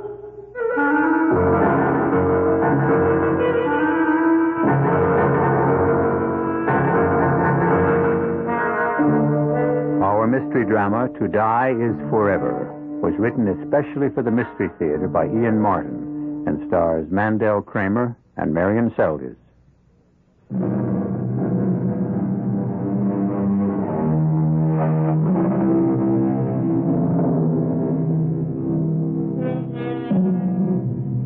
The island looms high out of the sea like a mailed fist. Between it and the mainland, massive riptides whip the calmest sea to whitewater. Since the days of the Spanish Main, it has belonged exclusively to the Richard family, bought with the blood money and booty of 100 pirated ships. Silhouetted high above the harbor, a great mansion stands, built some 300 years ago by Richard the Red-Handed to house the dusky princess he stole for his bride from the island of Martinique. But that's ancient history. Today, 300 years later, we're concerned only with a descendant of his, unlike him in every way, save for his looks and the name he bears. As you can see, Mr. Richard, we are now completely set up. The capsule itself, because of its weight, is on rollers. Ball bearing, and the whole thing counterweighted. I suppose it has to be that enormous, Dr. Berkeley? Yes, in order to accommodate the most efficient insulation system that we can devise to keep the liquid hydrogen at its optimum temperature for our purposes. And how low is that? In the range of minus 250 to 70 degrees. That is centigrade, of course. Doctor, isn't hydrogen dangerous? Highly explosive? Oh, in this case, all precautions have been taken. There is an outer layer of helium, which is a noble gas. Noble? A scientist's term for inert. Then beyond that, more insulation and 2 inches of lead against radiation and to sustain the pressures. And can you maintain that lower temperature indefinitely? The evaporation loss is very slight. It is renewed from the tanks, automatically metered by computer, which in turn is programmed by man. Also, there are manual controls as standby. The inside of the capsule, as you can see, is not much larger than an ordinary burial casket. The lid is also counterweighted, otherwise it would take 4 men to lift it. Of course, when it is closed, there are these lug pressure locks all around, which form a vacuum seal. And mine is exactly the same? Yes, you would like to see it? No, not necessary. I take your word for it, Doctor. What about the compressor? Also backed up. 2 others in case of any mechanical failure. That also is programmed in the computer. Doctor, running like that, how many years could one last? Excuse me, please. I was only testing the system, and since we are nowhere near the desired temperature, the compressor runs constantly. Once minus 250 has been reached, the compressor would automatically cut out like an ordinary air conditioner and would not cut in again till the temperature rose to a thermostatically determined level. I see. Actually, it would run very little. A machine like this might operate anywhere from 100 to 1,000 years. Any more questions, Mr. Richard? No. I'm no physicist or physician, Dr. Berkeley. I leave all that up to you. Well, I can promise you, from the moment your wife is dead, she could be no safer anywhere else in the world. When my wife is dead, what a price to pay for total safety. Oh, do not think of the price now. Remember, you, with my help, are going to make her immortal. Doctor, they say I have most of the money in the world.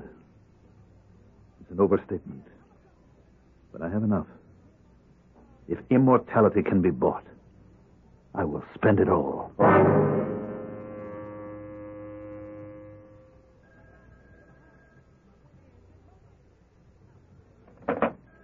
Yeah, Shirley. Shirley? What's that? Oh, the boss's hotline. Hello, Bill Porter, Mr. Richard. You alone, Bill? Yes, sir. All right, listen carefully. I want you to drop everything and come straight down to the island by helicopter. Red light all the way. I got you, Mr. Richard. The chopper will pick you up at the usual place. No one is to know that you're going or that you're missing. Roger. I'm going to give you the safe file combination. Are you ready? Ready, sir. Don't write it down. No, I'll remember it. 25 left, 8 right, 1 full rev plus 10 left, 6 left, 3 right. Now repeat it. 25 left, 8 right, 1 full rev plus 10 left, 6 left, 3 right. Okay, bring all the contents. All. Can do. One more thing. I want you to bring someone with you. Who? Dr. Fleming. Maggie. Hey, has anything gone wrong with Mrs. Richards having the baby or something? Please, don't ask questions. Can you bring her? Well, I don't know, I guess, if it's important enough, but it's at short notice. Important enough. Are you two still going to be married? Well, that's the general notion. Well, maybe we can have the wedding down here. Bring enough clothes for the week. Look, Mr. Richards, me you've got. I'm committed to you all the way. Not only because you're my bread and butter, but because, well, I'm committed. Now, Maggie, I don't control unless there's something seriously wrong with the sister. Bill, tell Maggie that Felicia needs her. Tell her that this all has to be undercover. I'll explain when you get here. And for heaven's sake, do all that I've asked you to.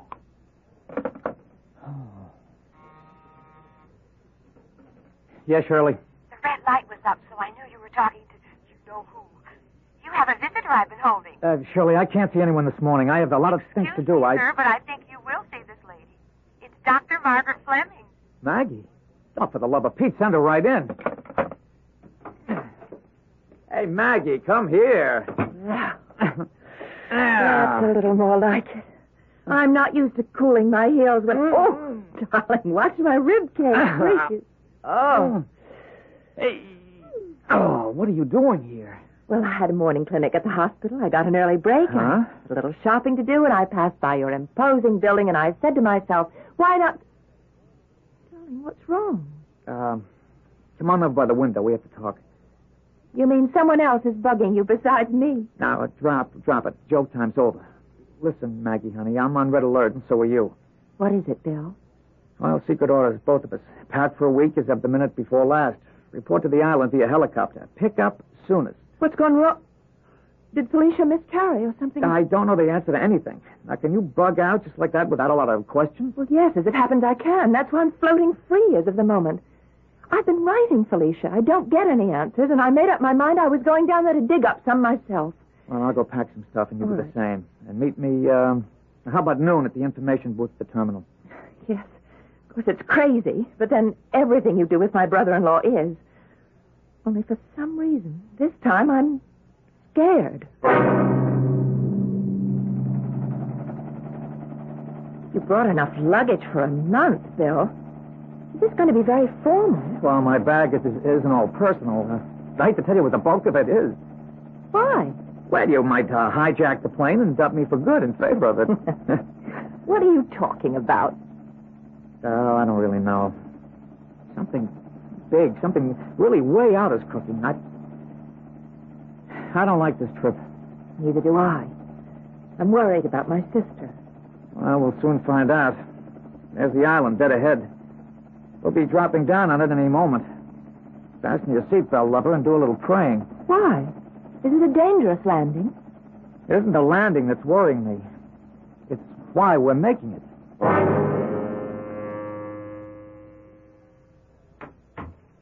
How is it, Madame, Monsieur? No better, Tante Marie. Oh, but no worse. At least there is no pain that we can't control as yet. If there were a God in heaven... Hush, Monsieur. For you to say I think that is blasphemy. And of all places, not in front of him. What? My inestimable ancestor, Richard the Red-Handed. Why do you keep his portrait hanging? This murderer, thief, robber? I don't know, Tante. He's a part of the family line, and to take it down would leave a gap in the succession. Besides, ever since I grew up, on my occasional visits to the island, he was a valuable object lesson to me. Because he is your opposite. Well, certainly not in looks, especially since I grew this beard. But in his soul. This man was all depravity. A product of his times, perhaps. Did you want me for something? Oui, monsieur. The bird with the great wing approaches. It should be landing by now. Yes, I know. The pilot short waved me he was on approach. Did you send Michael to meet them at the pad? With Pierre to bring the bags. Where will they sleep? Put Maggie, Dr. Fleming, next to Mrs. Richards. And Mr. Porter next to the bedroom that I'm using now. I must go downstairs and talk to them immediately. I'm going to be blunt and waste no time. Partly because, in my view, there is none to waste, and mainly because a surgeon's knife has to be swift and sure. First, Felicia is not having a baby. What? Miscarriage? Oh, I was afraid. No, when Maggie. There never was any baby. That was just a general cover so we could disappear from view. The truth is, you must know that it is as hard for me to tell you as for you to hear. Behind the optic nerve is a melanemic tumor. A cancer that is neither operable or reversible. Oh, Lord, no. No. Does that mean... She'll be blind in a matter of days. She isn't dead before that. In either case, death is inevitable. I want to see her. Of course you will. But first I must ask you to understand and to help us. We have only been waiting for this, for you to get here. This will be the last time you see your sister. What do you mean? I mean that once you have said your goodbyes, and I have said mine, Felicia and I have agreed that she will be placed under radical hypothermia in suspended animation. Before she's dead? The greater her chance for recovery when she is revived in the future. By the time a cure for her condition can have been perfected, and she can be returned to life. I won't permit it. I'll have you stopped. How? Everything is ready. You're isolated on this island until I arrange to have you taken off. I warn you. If you do this, Richard, I'll have you arrested for murder. That will be rather hard to do, since once Felicia is successfully put to sleep, I shall follow her. If we die, we die together.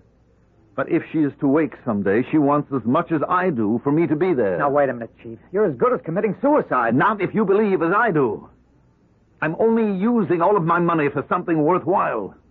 I am buying the woman I love a piece of the future, and my right to share it with her.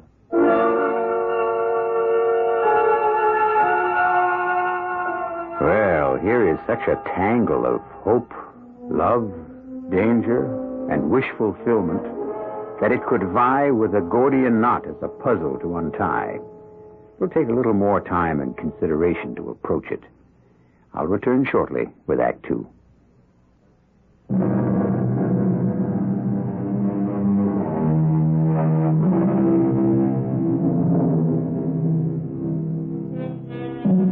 The Gordian knot, as I'm sure you will remember, was never unraveled. Alexander the Great solved the problem by simply taking his sword and slicing the knot in twain. A quick and easy remedy to a tantalizing and difficult problem. But can this one be solved as easily? I still think you must be mad, Ross. I'm sorry to hear that, Maggie, since your specialty is psychiatry. But I can assure you that you are mistaken. Even admitting some techniques have been perfected to preserve the body, there's no way to return it to full life. Not now. But within the next 50, 100 years, who knows what techniques will be devised? Say even 1,000. If those techniques are developed, they cannot be used on a body that has decomposed to dust. Maggie, please, let me take you down and show you the lab that we have built, the preparation and precautions that have been taken. Have you met Dr. Berkeley? No. What's the difference? It's all impossible, as Bill can tell you. Under the circumstances, no doctor would issue a death certificate. There may be no need for death certificates. I give up for the moment. I want to see Lisha. That's all I care about now. You may on one condition. What? That you discuss none of this with her. Now, wait a minute. Bill, stay out of this. No, I can't, Ross. Damn it, Maggie and I are going to be married. This is all in the family. Exactly, which is where I want it to stay. Maggie, please, for Felicia's sake, she's under sedation, barely avoiding excruciating pain, and she has no illusions how hopeless her case is. This is her decision more than mine. And I have to ask you, for God's sake, as you believe in him, not to tell her that I plan to join her.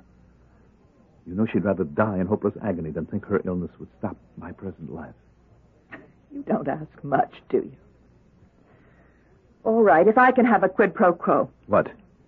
I will say nothing of our conversation together here today. If you promise to take no action until we've discussed this again. Granted. One moment. I'll have Tante Marie show you up. Oh, that old lady who greeted us when we came in. Yes. How old is she? Where does she come from? She's from Martinique. She's been in the family employ since before I was born. We used to have large holdings in the Caribbean centuries ago. I suppose Tante Marie is descended from some of the servants who came back with my original ancestor who bought this island. Oh, she looks at least 100. I wouldn't be surprised if she were. Entree, Tante Marie. This is my wife's sister, Dr. Margaret Fleming. Will you take her up to see Mrs. Richard? Grand plaisir. Madame le Docteur, if you will come with me. Thank you. Remember our agreement. I won't forget. After you. You've been with Mr. Richard's family a long time, Tante Marie. Ever since I first came to this house. And you stay here always? I stand guard. Stand guard? Over what? Over the past, the present, and the future. Here I make my home. If Madame le Docteur would go up the stairs. Of course. It must be very lonely in this great, huge, old house. There are others who watch with me. Michel, Pierre, Jean. We are needed here. To the left, if you please. Oh, this gallery, how magnificent. Are these all portraits of the family? From the first to the present, Monsieur Richard. Before they became American, they were of the British nobility. Well, which was the first American? Or the last Englishman? There. Before you. But that could be Roth himself. I mean, that could be the present, Mr. Richard. What an incredible resemblance. You see only the outward look, or what the artist paints. That one was the devil incarnate. He died 300 years ago. Has my sister seen that portrait? I think poor wounded little bird. She was too sick when she came here to see or know much. Is she so ill? Oui, Madame le Docteur. I am an old woman without your education, your knowledge.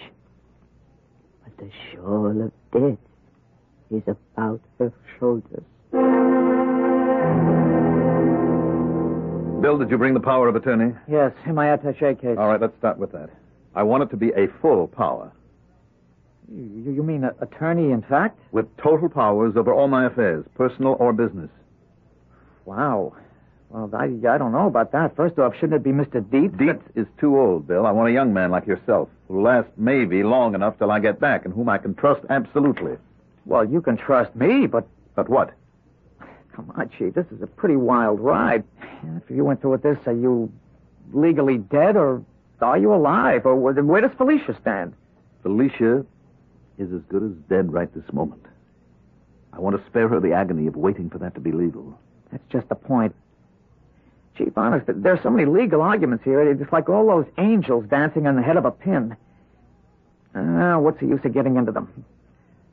Cryogenics, freezing someone after they're legally dead, that's one thing. There's no law against it. But what you're trying to suggest or contemplate, there's just no way Bill, please don't fight me. Help me. You know how much I love Felicia, and nothing else matters. I'd give my life for hers. All I'm asking you to do in friendship and in the name of love is to help me protect her and give her the only last chance I know to live. Chief, Monsieur Richard, excuse me. Where is the little madame? You go quick. I think... Get Dr. Berkeley. Get him up there fast. Call from here. Yes, master.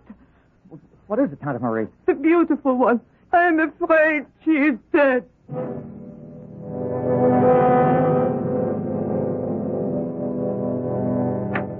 Maggie. Maggie, what happened? It's Lisha.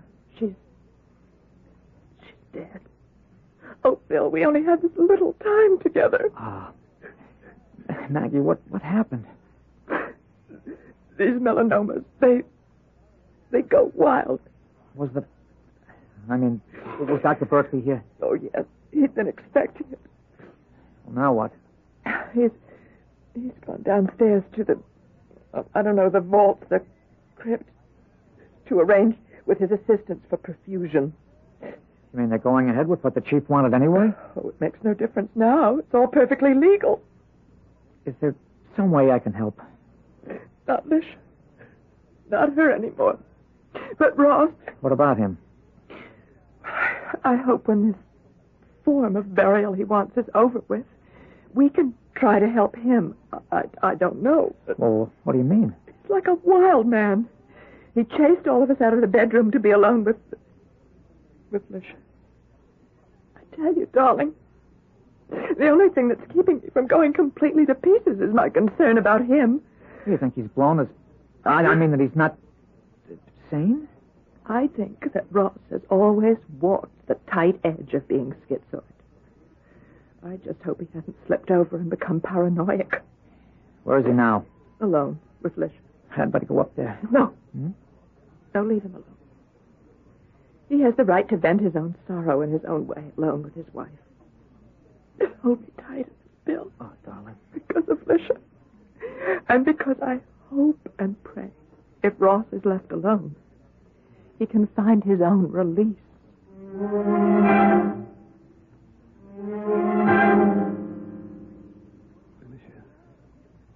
Felicia. All right, darling. The doctor says it doesn't make all that difference, dead or alive. I'll take you downstairs myself.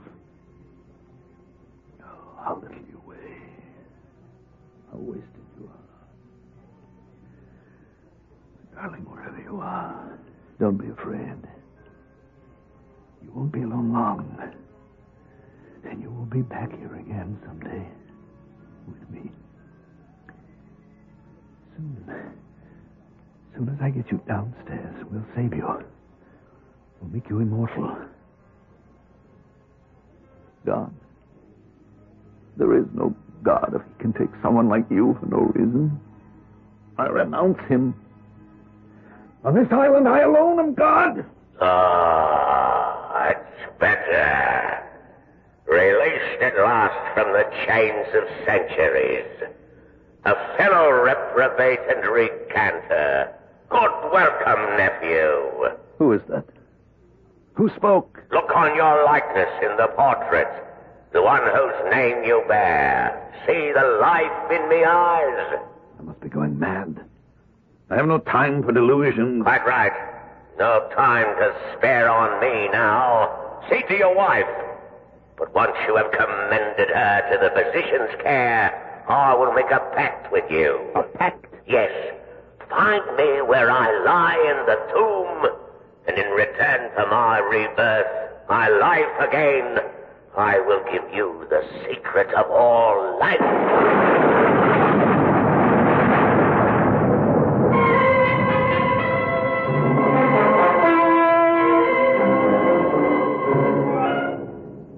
How long are they going to be down there? It's a long process. I don't understand. The blood has to be removed and stored. The body perfused with glycerol or some such substance. The only thing is, Ross, I'm so worried about... Now, look, forget it, dear. His affairs are all in order. Just to set your mind at rest, I'll check them out, okay? All right. All right, good night, love. Try to get some rest.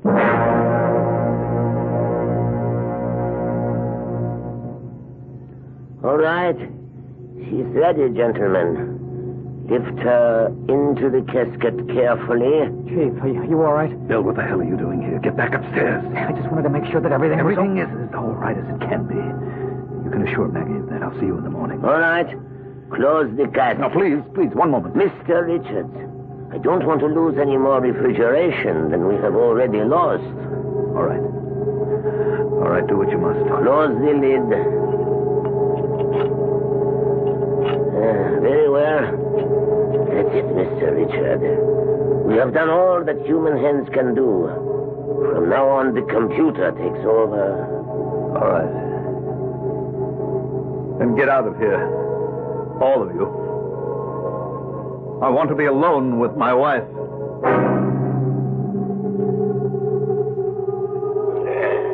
5 o'clock of the morning, just before dawn. An excellent time for our business.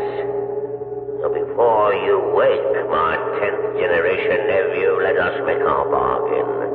I, too, once loved a woman, a princess I stole from Martinique, bringing her here to this chateau I built along with her faithful serving woman, the aged crone you now call Tante Marie. But I tired of my Marguerite and not being cursed with a conscience as you are, I threw her into the sea. My stupidity was in not realizing that having trafficked with heathens, I had made myself vulnerable to them. The woman, Tante Marie, is a Vaudin, high priestess of voodoo. And she killed me even as your wife was killed. Stabbed through the eye in a waxen image by a golden nail driven into my brain. Find me where I lie in my tomb in this same crypt and remove the golden spike. Then I shall return and in reward offer you the secret of all life.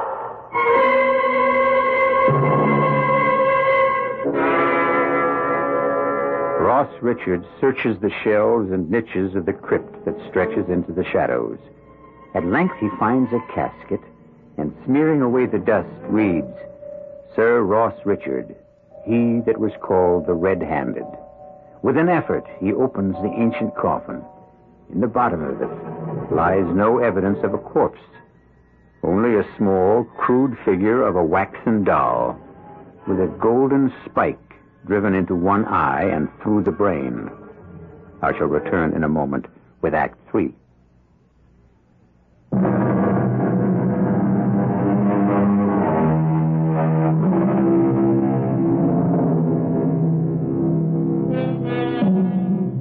For a long moment, Ross Richard looks down on the ludicrous sight of that primitive doll transfixed through the brain.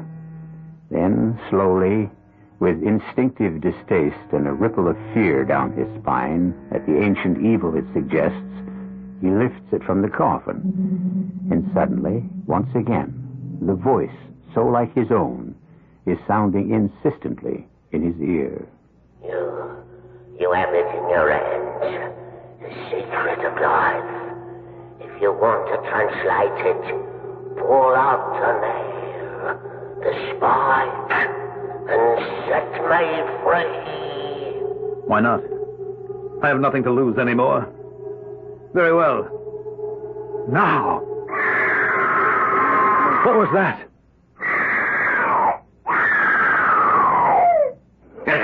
The voodoo woman, in despair that I have triumphed at last. Hey, put her aside. I will take care of her later. Now there is our pact. You have freed me. I must be going mad.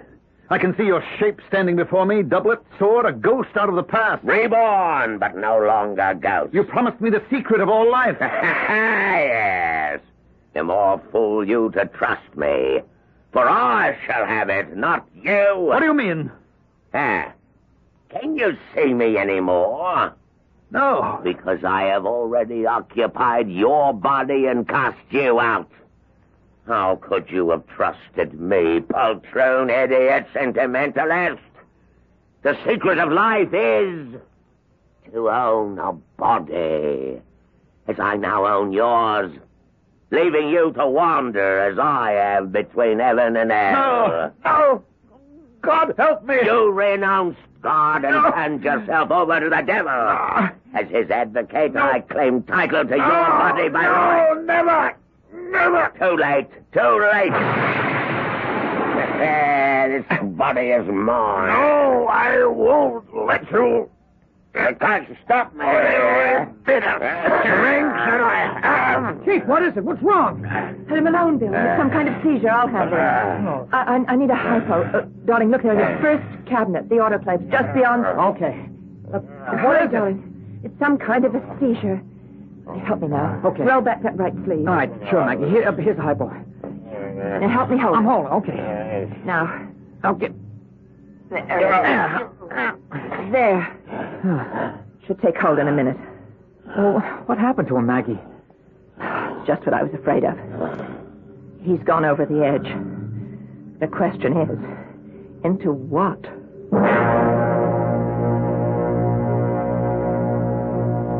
Oh, great serpent, whose head reaches high above the clouds, and whose tail is buried in the darkest deep of the seas, I command and conjure you, in the dread and dark name of voodoo, to appear before thy faithful servant in her agony and her terror, and to answer all questions in whatsoever form shall please you, so that I must know what to do with the devil man I conquered in your name 4,000 moons ago, and who now walks abroad amongst us again. Hear me, I beg you, and tell me if my time is come at last. And if not, what is my task? Tante Marie! Tante Marie! Tante Marie! The master. Master Critchell. Can you hear me? I hear you. Where are you? I do not know. In space. Nowhere. Blankness.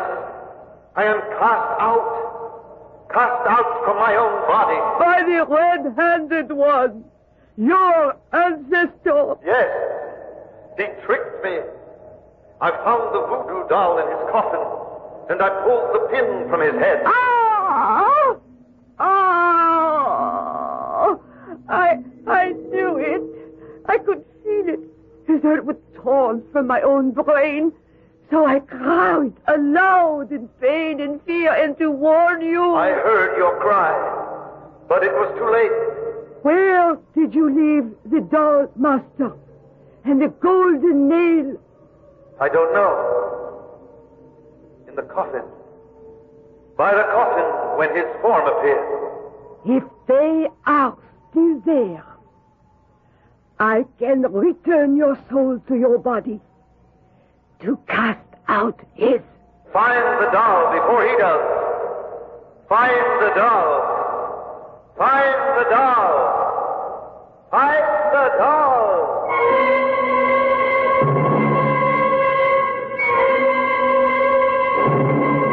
Find the doll.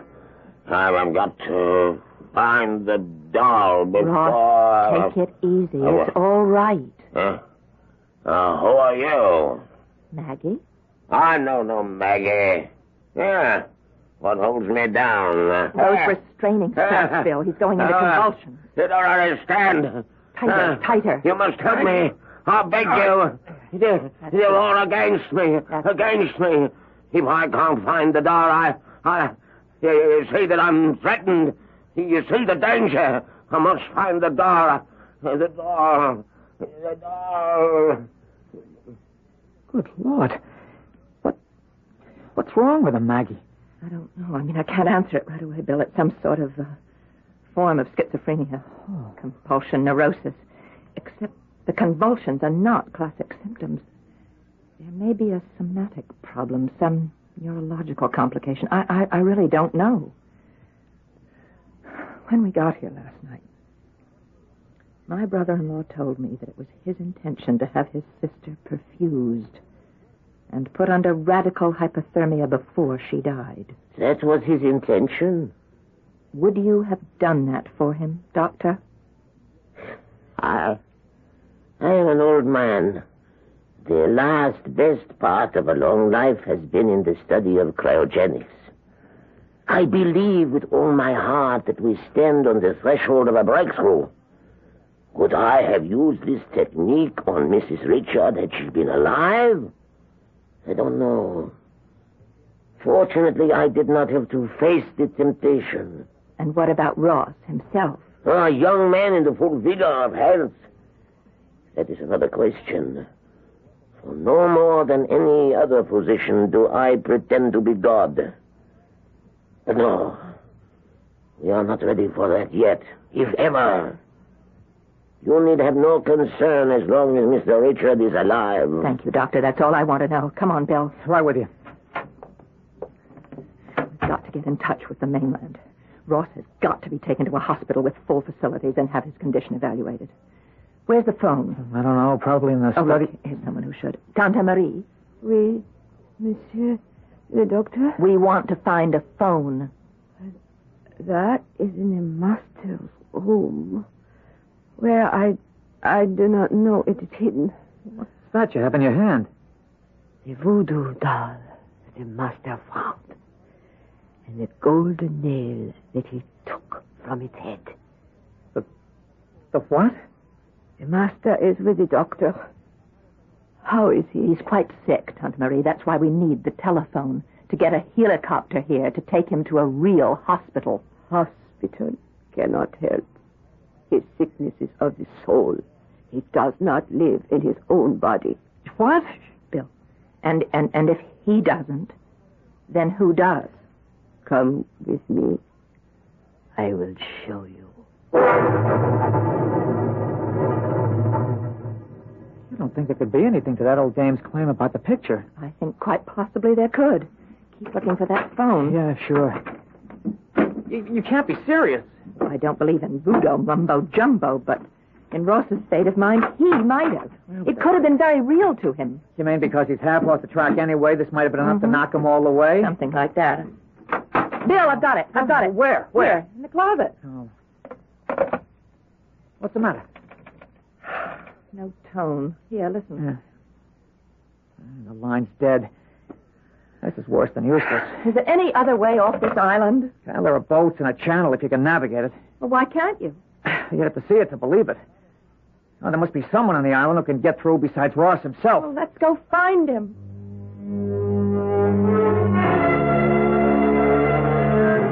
O great and living serpent, I offer up to you this waxen candle as the light of your eyes to see the obedience I offer in your name.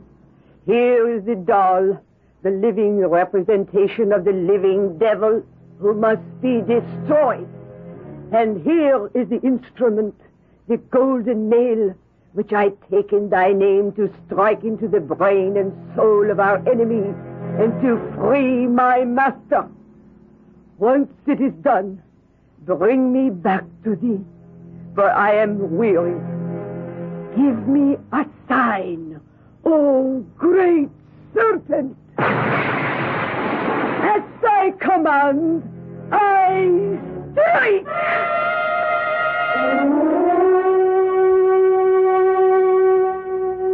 Dr. Fleming. Yes, Dr. Berkeley, what is it? I have been looking for you. Where were you? We were down at the harbor. We're trying to make arrangements to get off the island. What is it? Mr. Richard, he died suddenly in one huge convulsion. I don't know what happened. Hey, wait a minute. Anyone smell anything burning? Yes. Do you suppose the storm, it could lightning... not affect us in the catacombs. Coming from upstairs. Come on.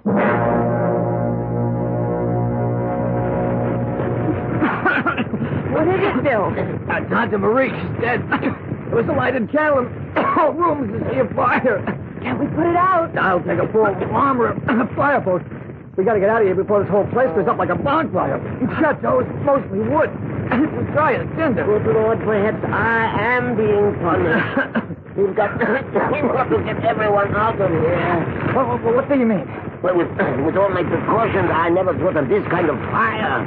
If it generates enough heat to melt through to the hydrogen, it isn't only the house, but the whole the whole island that could blow sky high.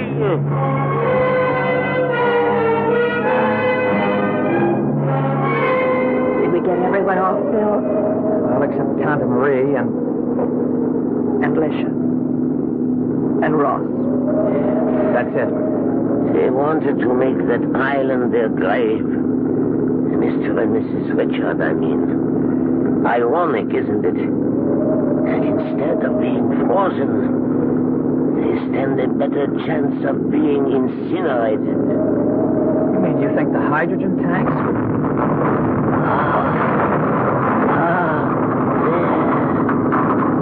There is your answer. Or Maybe it is the answer that those who fly in the face of God only court destruction. But at least, wherever Ross and Lisha are, they can be together now.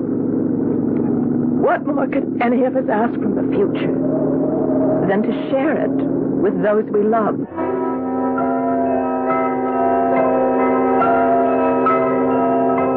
A strange, tortuous story, and one that, in spite of all the pyrotechnics, really has no ending. I can only leave you with nothing but questions. I have no answers. Is there anyone who does? I'll be back shortly.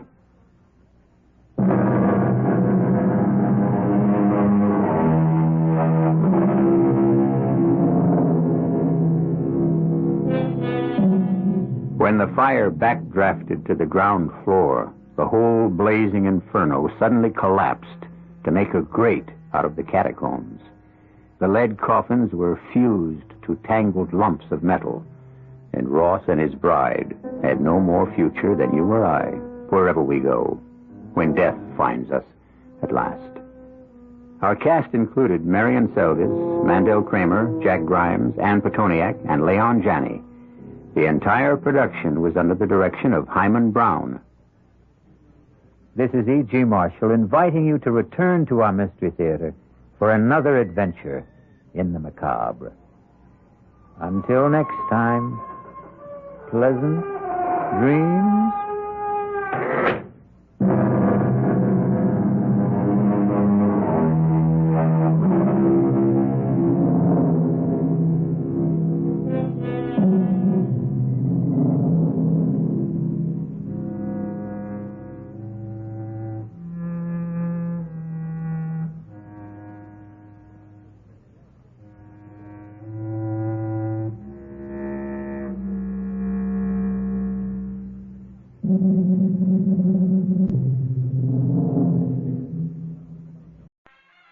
Now, at Kroger, there's a brand new way to minimize your food costs with tender, lean, thrifty beef. Thrifty beef is the economical meat choice because it's naturally leaner and priced to save you more. And remember, thrifty beef is unconditionally guaranteed. If you're not satisfied with any cut, just return it to Kroger for replacement or a full refund. Tender, lean, thrifty beef. New from Kroger to help minimize your food costs. U.S. good, tender, lean, heavy beef round steak, only 98 cents a pound at Kroger. Say, how'd you like to save a lot of money on a brand new car that looks and rides almost the same as a 75 Impala? Well, thanks to Friendly Chevrolet, you can. Several months ago, we realized the rising costs would force large price increases on 75 Chevys, so we ordered cars. Enough cars to fill acres of storage. And now, when other dealers are out of 74s, we still have plenty. Come on down to Friendly and save a lot of money. That's just another reason why Friendly's the #1 new car dealer in the Southwest. The CBS Radio Mystery Theater presents...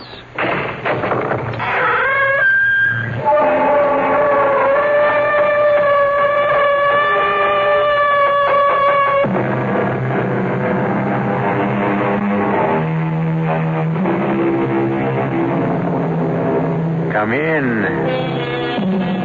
Welcome. I'm E.G. Marshall. Some people call our kind of entertainment escape fiction. Well, that word has never been more appropriately used than to describe the story you're about to hear. It's about a man with a most unusual profession, a man who makes his livelihood by making escapes. But now, the great Ferlini is going to cap his exciting career with the greatest escape of all, even if it turns out to be the last escape. And if you think Houdini took great chances, wait until you hear what the great Ferlini has in mind. That's right. I'm going inside that box in a bathing suit, and they're going to dump me right into the middle of the lake. Joe, but that's crazy. It's too dangerous. What you mean is I'm too old for it, huh? But I'll show you, baby. I'm not too old for the trick. Or for you.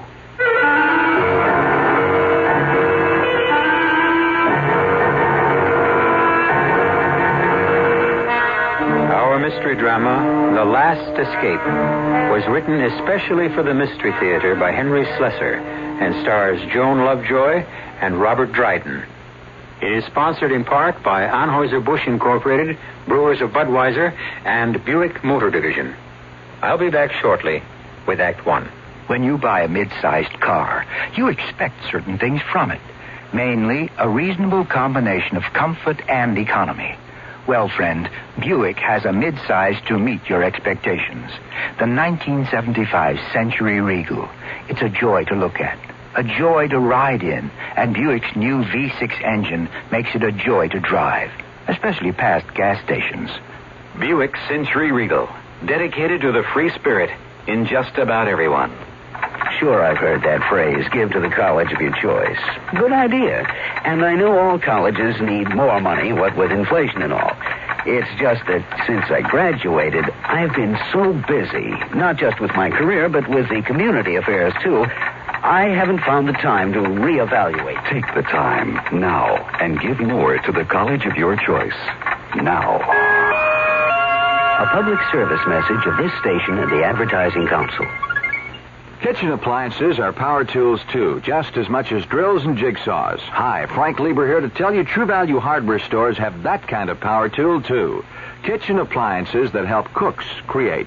A West Bend party percolator, for instance. It makes a lot of coffee, 20 cups, and then keeps it hot. If you ever had to make coffee for 10 with a 9-cup percolator, you know the advantage of that.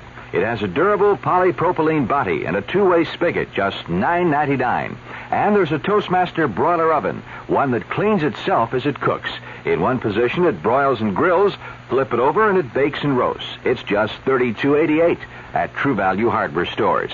And there's a Hamilton Beach 14-speed blender. It comes with 2 special plastic containers. You can blend food in them, then store them away in the refrigerator. Just $19.88. Kitchen appliances are power tools, too. Just a few of the values at participating True Value hardware stores.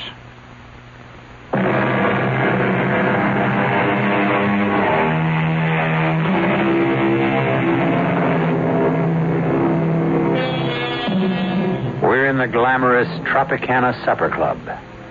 The music is playing, the palm trees are swaying, but unfortunately, the music is being produced by a sleazy 3-piece band, the palm trees are papier-mâché, and the Tropicana isn't in the tropics. It's New Jersey. If there is any glamour here, it's the glamour of illusion. And that's what the customers have come to see.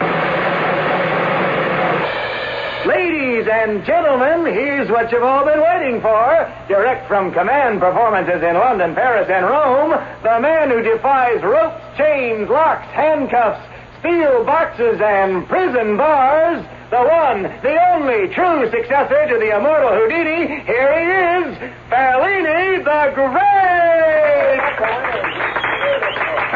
Thank you. Ladies and gentlemen, it's a great pleasure to be here with you this evening. You know, some people have asked me why I do these things. Why I continue to risk injury and even death in order to demonstrate my ability to escape from any bonds devised by mortal man. But let me tell you the reason. It's because of a deep, abiding love of liberty, to demonstrate the indefatigable spirit of man in his quest for personal freedom. A freedom which each one of us enjoys in this wonderful country of ours.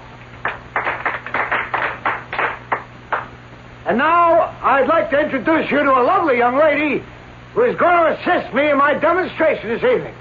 Here she is, Miss Wanda Wilson.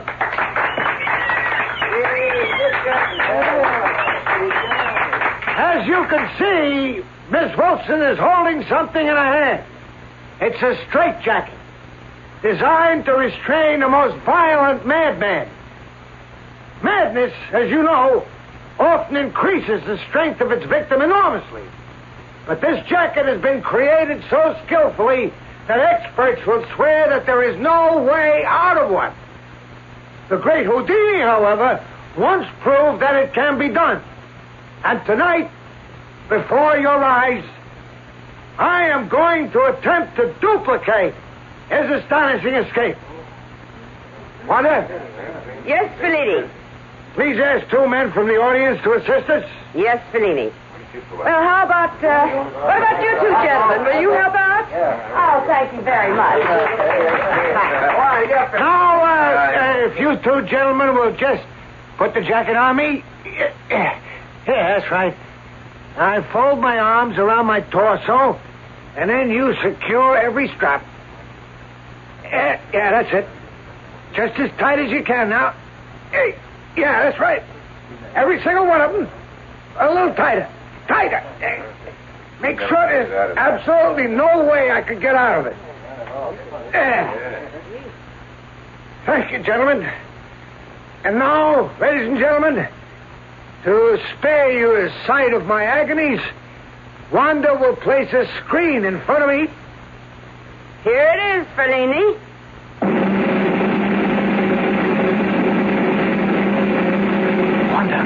Wanda, can you come here a minute? No, Tommy, not now. The actor's I've got to talk to you. Can you meet me later? I don't know. Please. I'll try. That's all I can say.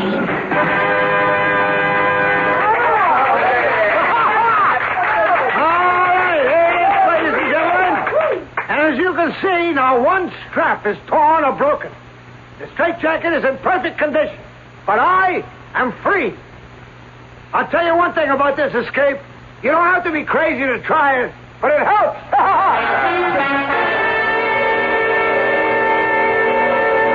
Wanda, I'm over here. Tommy, I can't talk too long. Why'd you come out without a coat? You'll freeze to death. Well, I couldn't very well have put a coat on. Joe would have asked where I was going. Where is he now? In the dressing room. I gotta get back there. He really keeps tabs on you, doesn't he? And you know how he is. What did you want?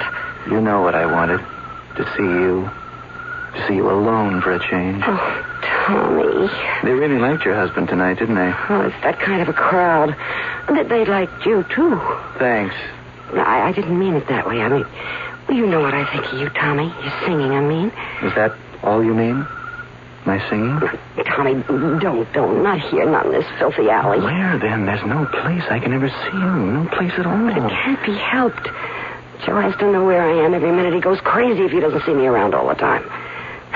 Not that he's jealous. He thinks too much of himself to be jealous of me. He just has to know I'm around, admiring him, waiting on him hand and foot. He treats you like a slave. Tommy, I got to go. He's probably foaming at the mouth right this minute. Wanda, please, listen. One kiss. One. All right. Oh, Lord, why does someone like you have to come along now?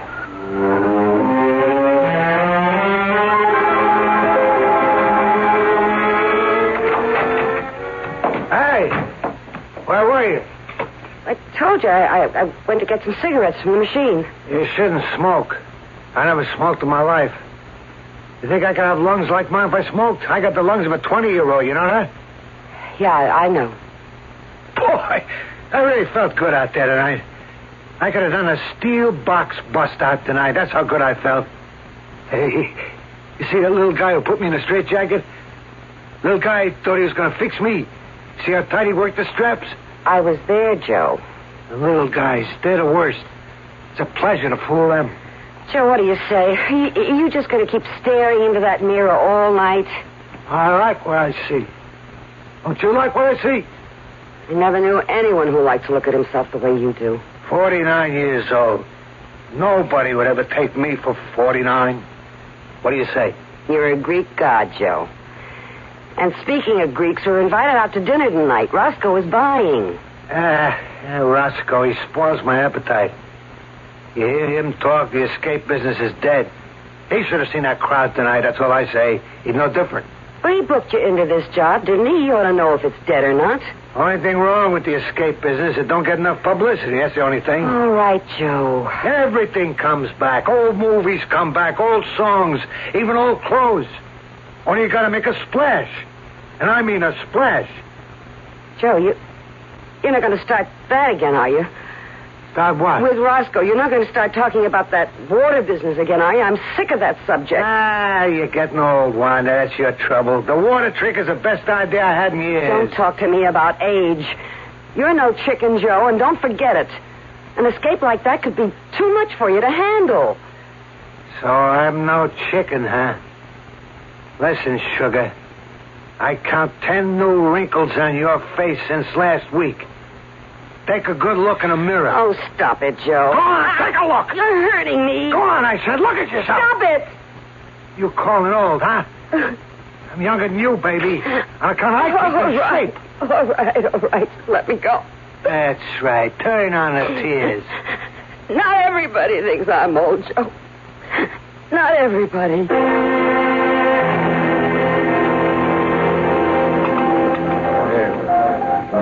You should have seen me tonight, Phil. I was the best. That crowd really ate it up. Didn't they, Wanda? Yeah, it was a good crowd for that crummy joint. Don't knock crummy joints, not if they pay off every Friday. Listen, after tonight, I wouldn't be surprised if they booked me for another month. I'd be surprised. You close next week. What? I told you it was a 3-week engagement, Joe. Yeah, but you said... maybe it would go longer. Well, that's as far as it goes. Okay. Okay, we'll find someplace else, right? Someplace better than that crummy Tropicana. Sure. I'm telling you, Phil, the escape business is coming back. And when it does, I'm going to be right on top. You're practically the only one left. All I need is one good break, one good publicity stunt. Uh-oh, here it comes. Starting with that water trick again? Yeah, that's right. Thought you were going to stop bothering me about that. I don't stop bothering you until we do it. Look, Joe, you know as well as me that times are different. 20, 30 years ago, a good press agent could ballyhoo an escape artist right onto the front pages. Only Houdini's been dead a long time. Sure, Houdini's dead. But I'm alive. Me, Joe Fellini. It's one thing about you, Joe. You never had any trouble with false modesty. Listen, what could Houdini do that I can't? I work with the ropes, the chains, irons. I can get out of boxes, bags, hampers, chests. I can do all the handcuff routines. Nobody does a faster straitjacket than me. Besides, you know that Houdini used a lot of phony trick stuff. And I suppose you don't? Sure, sometimes. I got my skeleton keys, my phony bolts, and all that other junk. But you know me, Phil. I do my best tricks with muscle and brains, right? Sure. You're the greatest, Joe. Yeah, I keep in shape. Ask Wanda here. 1 hour a day with the barbells. Yeah, I still got a terrific chest expansion. I can do this water trick, Bill. It'll be great. You know something, Wanda? Maybe the only way to stop your husband from talking about this is to let him do it. Oh, Phil, no. All right, Joe, how do you plan to work the act? I really do it up good, Phil. First, I'll let him handcuff me. I mean, genuine cuffs. All checked out by the chief of police or somebody like that. Now, what makes you think I can line up the chief of police? Then after I'm handcuffed, a rope around my body around 50 feet. Then they put me in a burlap sack and tie it up good. Then they put the whole works into a steamer trunk and dump me right in the middle of the lake. How's that sound? Like sudden death. Don't worry about it. 2 minutes after that trunk goes into the water, out I come. Then all I gotta do is swim. And how do you plan to do it? Oh, I ain't giving away no trade secrets, Phil. All I can say is I got a new gimmick that'll make it more sensational than even the water trick Houdini did. Phil, you can't let him go through with this. It's a trick for a young man. I can do it, I said. Just tell me when we start, Phil. I'll tell you when, Joe. As soon as you can prove to me that you can swim.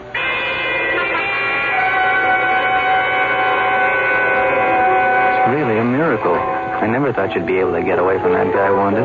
Oh, Joe finally went someplace he couldn't take me. Where's that? To a men's gym. He went to swim in their pool. What for? Oh, he's going to do a trick. He calls it the water trick. He gets handcuffed and tied and all that, and they dump him into the lake in a big steamer trunk. Ooh. That sounds pretty dangerous. Well, the only danger would be Joe getting too winded to swim to the surface. I know he can get out of the cuffs and the ropes and all that, but... It seems to me that if the slightest thing went wrong... Oh, he'll take all the precautions, or we will, rather. We? Well, I help him out with the trick part of it. Oh. Then there is a trick. Part of it's a trick, naturally. But, even tricks go wrong sometimes, don't they? Yeah, they do. Did anything like that ever happen to your husband? Well, yeah, once. He couldn't open the lock on his handcuffs. See, he had a key hidden in the cuff of his trousers, but it slipped out of his hand and fell between the cracks of the floorboard. He wasn't hurt or anything. It was just a wicker basket escape on stage. I see. But if anything like that happened now, I mean, at the bottom of a lake. But that would be terrible. It'd be awful. Yeah. It would be really tragic, wouldn't it? I don't want to think about any such thing. I just don't want to think about it. No, of course not, Wanda. At least, we won't think about it tonight.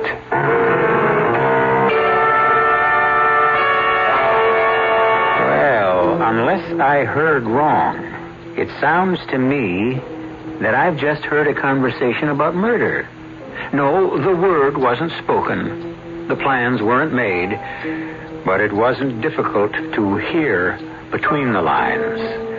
Will Mrs. Joe Ferlini really spoil the grandiose plans of Ferlini the Great? We'll find out when we return shortly with Act 2. Ladies and gentlemen, this is Ed McMahon. Welcome once again to $1 Million Question. Madam. Yes. What is your name, please? My name is Jones, Geraldine Jones. Geraldine Jones. That is We're correct. about to ask you the $1 Million Question. $1 million? If you're correct, yes, if you're correct, you will win $1 million. Honey hush. Are you ready? Okay. All right, here's the question. What is the largest selling beer in the entire world? Budweiser. You're right. Boy, you just won $1 million. Would you give it to me in Budweiser? Of course. Be sure and watch Flip Wilson. And the name of the special is Flip Wilson, of course. My guests are going to be Peter Sellers, Lily Tomlin, Richard Pryor, and, of course, Flip Wilson. That's Flip Wilson, of course. This Friday night on TV. Sponsored by Budweiser, of course. What more can I say? When you say Budweiser. Of course. You've said it all. Anheuser-Busch, St. Louis. When's the last time you enjoyed a really big chocolate bar? A big Three Musketeers bar. A Three Musketeers. Thick milk chocolate outside. Fluffy chocolate whipped inside. Fluffy, not stuffy, so you don't feel full. A big Three Musketeers bar. Three Musketeers. When your mouth waters for chocolate, bite into a Three Musketeers bar. Big chocolate taste that's easy on your tummy. Light, whipped-up chocolate fluffiness inside. Creamy milk chocolate outside. Three Musketeers. They're fluffy, not stuffy, so you don't feel full. Enjoy the big chocolate bar that's fluffy, not stuffy. A big Three Musketeers bar. A big Three Musketeers bar. Three Musketeers.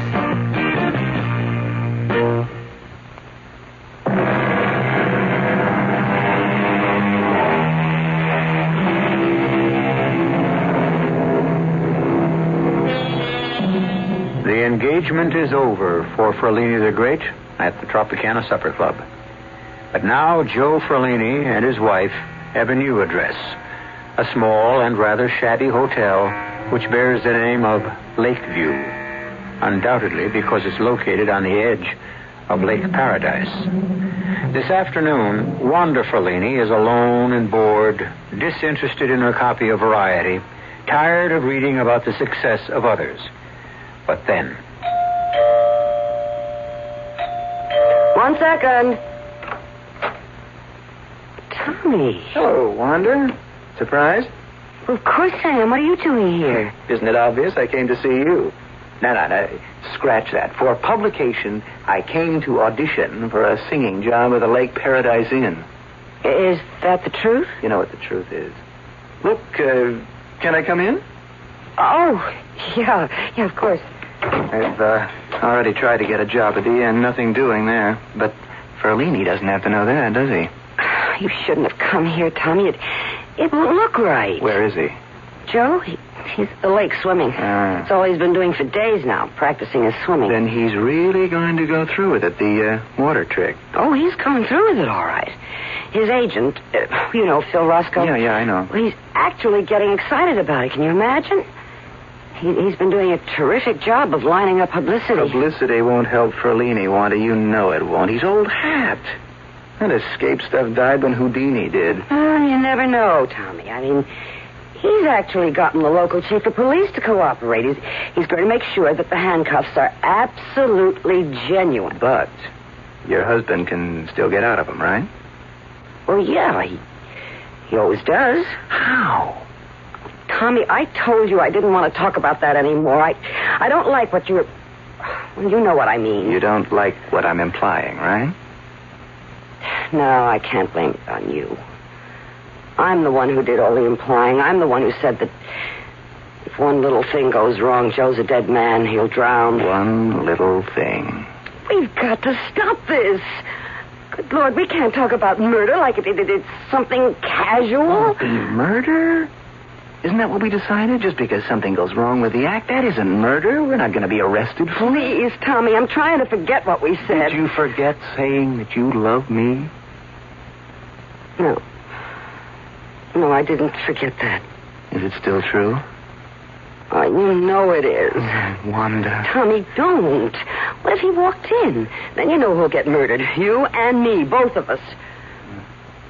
How's he been treating you? Worse than ever. Every day it's worse. All he thinks about is the act, night and day. Escape, escape, escape. Oh, sometimes I think I'll go crazy, Tommy. I mean it. Easy. He wakes up in the middle of the night, throws off the covers, and takes a bow. Wanda, what's this? What? These handcuffs. Are these the ones he uses in his act? Well, those are the new cuffs. The ones he plans to use for the water trick? Yeah, that's right. They look real, all right. They are real. Oh, then they're not trick handcuffs? No. This police chief who's going to inspect them, he's an expert in this kind of thing. Oh, he'd spot a trick cuff in 2 seconds. But Ferlini still gets out of them. Well, he has to. Or he can't get out of the ropes, or the sack, and then the steamer trunk. Okay. Then tell me how he does it. You must know, Wanda.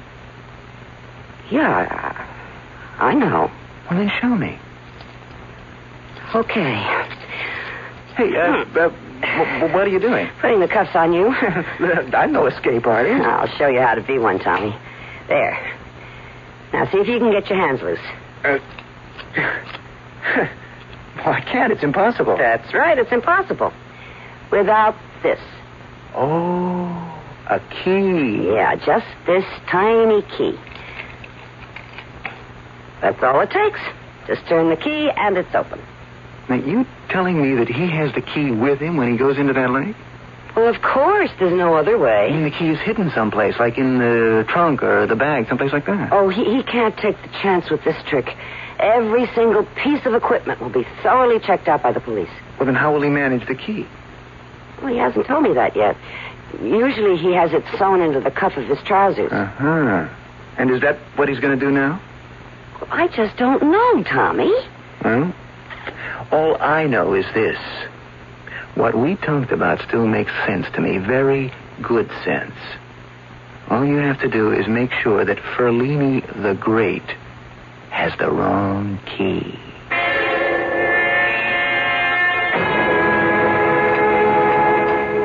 Look at that story, Phil. Just look at it.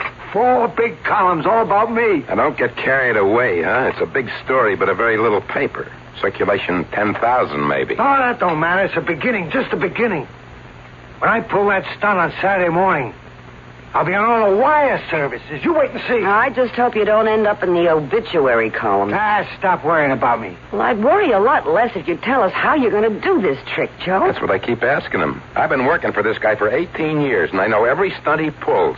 Only this time... This time, I'm doing something different. Something really terrific. Look, will you tell us what it is, Joe? I'm knocking myself out, rounding up the press, getting the police to cooperate. I even got us a motorboat free of charge to take you out in the middle of the lake. Yeah. You're doing a real good job, Phil. I knew you wouldn't let me down. I haven't even told you the best part. I got a big news magazine guy coming out. What? That's right. It's a guy I used to know a long time ago. He works on the show business section. I talked him into coming out. If he likes what he sees, well, who knows? You might get some pretty good national publicity. Hey, that's great, Phil. That's just terrific. Only I'll tell you this, pal. If I don't learn some details, I'm going to be tempted to call the guy and put him off. I don't want him to come all the way out here just to see a guy get himself drowned. That's not the kind of news I want to see printed. Come on, Joe. Tell us what you're going to do. Okay. You want the scoop? Here's how it goes. The steamer trunk is no problem. You'll have a phony bottom. The canvas bag is no sweat either. That'd be the usual type I use. Pull the thread on top, the whole seam comes open. Yeah, I know about those gimmicks. As for the ropes, that'll be pure muscle. I'll just make with the chest and muscle expansion. By the time they load the trunk on a motorboat, I'll be out of the ropes. By the time they're ready to dump me in the lake, I'll be out of the canvas bag.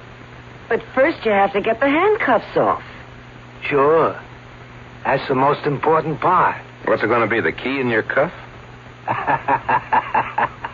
Well, what's so funny? There ain't going to be any cuffs. What? You heard me. I figure that's the first thing those smart guys will be looking for. Me having a key hidden. So I'll fool them. Completely. How? I mean, I'll let the cops examine me from head to foot to make sure I'm not hiding a key on me. And instead of pants, I'll wear a bathing suit. Are you nuts? Joe, you've got to have a key. There's no other way to get those handcuffs open. Oh, sure. I'll have it on me. Because you're going to pass it to me, honey. Me? That's right. Well, how will I do that? And then get away with it? Ah, that's the part I just dreamed up, and it's a beauty. You're my wife, see? You're going to have to kiss me goodbye before I go into that steamer trunk, right? Yeah. Well, guess what you have in your mouth when you give me that kiss? The key. Yeah, that's right. You'll kiss me bye-bye and pass that key from your mouth to mine. And that way, I'll be able to slip the key into the lock with my teeth. Get it? It's a good gimmick, Joe. It's beautiful, Phil. Beautiful. It can't miss. Yeah, it does make sense. Nobody would think it's strange that I kiss you goodbye. Yeah, the most natural thing in the world, honey. After all, any wife would kiss her husband when she may never see him again. That's it, Joe. Just breathe deep. Get plenty of oxygen into your lungs. You're going to need it. Oh, stop worrying about me, Phil. I feel great. I feel terrific. Hey, how's that crowd out there? It's okay. Maybe 100 people. I didn't count it. Yeah, but that guy's there, isn't he? One from the news magazine? Yeah, he's here, and a couple of other newspaper guys. One of them from New York. Yeah, it's going to work, Phil. I can tell. I'm going to really make it back to the big time. Well, if you're ready, the chief is waiting for you. I'm ready. Chief Wallace, I'd like you to say hello to the great Ferlini. How do, Mr. Ferlini? I sure hope you know what you're doing. Ferlini, this is Mr. Ralph Crimmins, president of the local Chamber of Commerce, Frank Petty of the Lake Paradise Tribune, and you've already met Dave Brooks, our motorboat pilot. Well, let's get started, huh? It's a warm day, and I want to go in for a little dip. Chief Wallace. Yeah. Would you begin by placing the handcuffs on Mr. Ferlini? I certainly will. Now, you've examined these cuffs, Chief, and you're sure they're genuine? Oh, they're genuine, all right. Would you clamp them on, please? Right. There you are, Mr. Ferlini. Now, if you other gentlemen will please tie this rope around the great Ferlini's body. Make as many knots as you wish. Can I lend a hand there, too? I used to be a Boy Scout. Oh, help yourself, Chief. May I please have the canvas bag? Right here. Thank you. Now, as soon as these gentlemen have finished tying up the great Ferlini, we'll put the canvas bag over his head and lower him into the steamer trunk. Don't worry, Wanda. I'm going to be fine. Perhaps you'd like to kiss your husband goodbye, Mrs. Ferlini. From the looks of things, I'd say that would be a very good idea.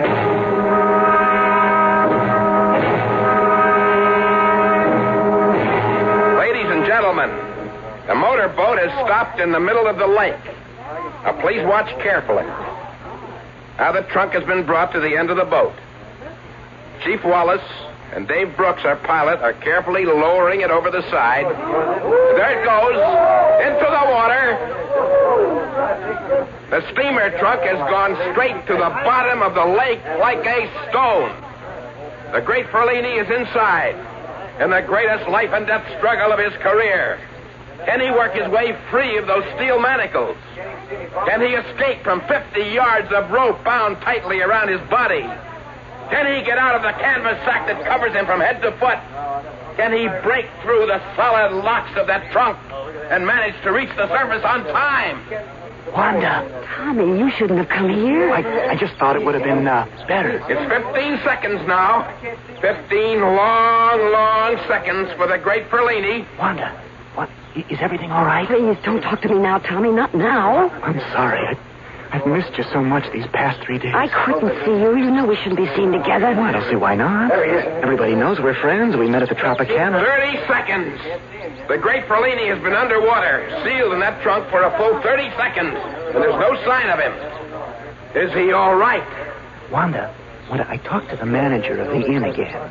He thinks he may have a spot for me at the show at the end of next week. For God's sake, Tommy, how can you talk about show business now? Well, isn't that what this is all about? Show business? Wanda, for God's sake, what's happening out there? I don't know. How should I know? Why doesn't he come up? He said he'd be up in 20 seconds, no more than that. I just don't know, Phil. 45 seconds and he's not up. He's got to be all right. He's got to be. Everything went just the way we planned. Hey, there isn't a sign of him, not a ripple on the water. He's gone. Phil, it didn't work. It didn't work. Not coming up. He's drowned. No. Joe's drowned.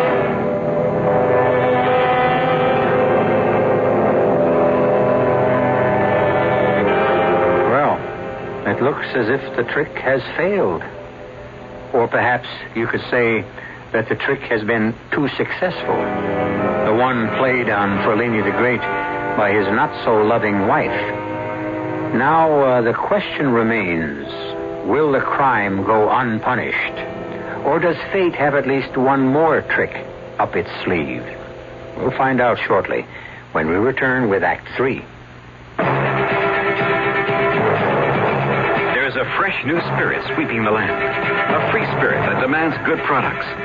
Products that satisfy your sense of good taste and desire for economy.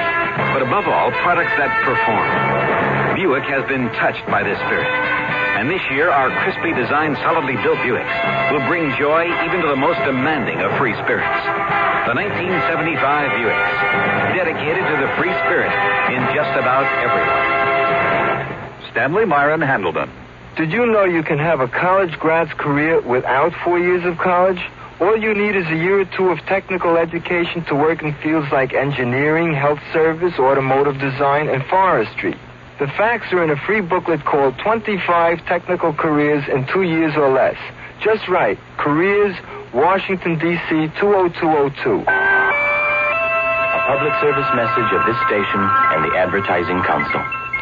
If you want to buy a new home today, your problem isn't the cost of materials. It's the cost of money. High interest rates. Hi, Frank Lieber here to suggest you do this instead. Visit a True Value Home Center. The huge array of building materials you see there will give you ideas about what you can do yourself to renew parts or all of the home you live in now. The basement, for instance.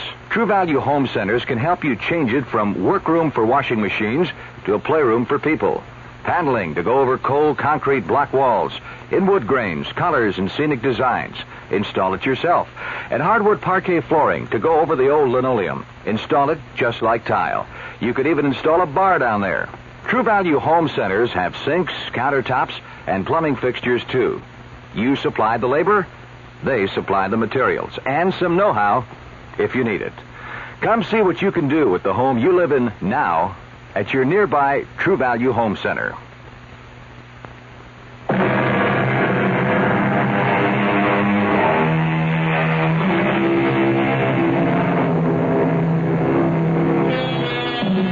The great Ferlini is dead. His waterlogged body, still loosely bound in rope, still encased in a canvas bag, which became his shroud, still in a steamer trunk, which became his coffin, has been removed from Lake Paradise. Now it's a time of mourning, And a time of questions. I'm really sorry to be bothering you folks at a time like this, but in cases like these, we need to produce certain facts for the coroner's office. You understand? Yes, of course, Lieutenant. It's just that there isn't much to say about Joe's death. Things went wrong. That's all there is to it. Well, that's what we'd like to know. What things went wrong exactly? How can anybody answer that? So many things can go haywire with an act like that. That's the truth, Lieutenant. An escape act is a matter of split-second timing. Everything's got to be done carefully, precisely. If one factor goes badly, well, you saw what happened. I told Joe not to go through with this. He was just too old for such a dangerous stunt. He'd never tried this water trick before? No, never. No. It was Houdini. Houdini did it. Joe always wanted to do something to make him better known than Houdini. Houdini's been gone a long time. Did he still consider him competition? Yeah, that's the way Joe was. Alive or dead. The only thing that mattered was reputation. Fame. Did you try to stop him from this attempt, Mrs. Fernini? Yes, I did. I did everything I could. I pleaded with him. I begged him. Maybe it was my fault, Lieutenant. Maybe I should have listened to Mrs. Perlini. But Joe just kept after me about it until... His reflexes were too slow. That was the real trouble. Well, that makes sense, I guess, Mrs. Perlini. But it isn't a fact. I still need a rough idea of what might have gone wrong. I guess that means you'll have to tell me how he intended to get out of that steamer trunk. Well, I don't know if we can do that, Lieutenant. You mean you don't know? Well, I mean, it's still a professional secret. The man is dead, Mr. Roscoe. Yeah, but just the same, I mean, well, you don't know the pride people like Joe Ferlini take in their work, in their methods. If I tell you how he did his tricks, it would be kind of a betrayal. Look, I appreciate how you feel, Mr. Roscoe, but I'm not going to publish any expose on the man. I've just got to supply some answers for the record. Well, I just don't see the point of it. It could have been any of a dozen things. Well, just name some. All right. Obviously, he couldn't get the handcuffs off. The key must have dropped out of his mouth. What key? You didn't find a key? We weren't looking for one. Well, there was a key, all right. Wanda passed it to him before he got into the trunk. But his arms were bound to his side. How could he open the cuffs, even with a key? With his teeth. Joe's done that 100 times. But this time, well, he couldn't make it. Well, we searched the trunk. It was empty. It probably fell out of the trunk when they opened it. It's only a tiny key. A fish probably swallowed it by now. I see. And if Ferlini couldn't get out of the cuffs... He couldn't get out of the ropes, or the canvas sack, or the steamer trunk. And then the air began to give out. Oh, Phil, that's enough, please. That's enough. Yeah, Mrs. Ferlini, okay. I guess that's enough for today. It's pretty obvious what happened, and I guess it'll be obvious to the coroner, too. Death by misadventure.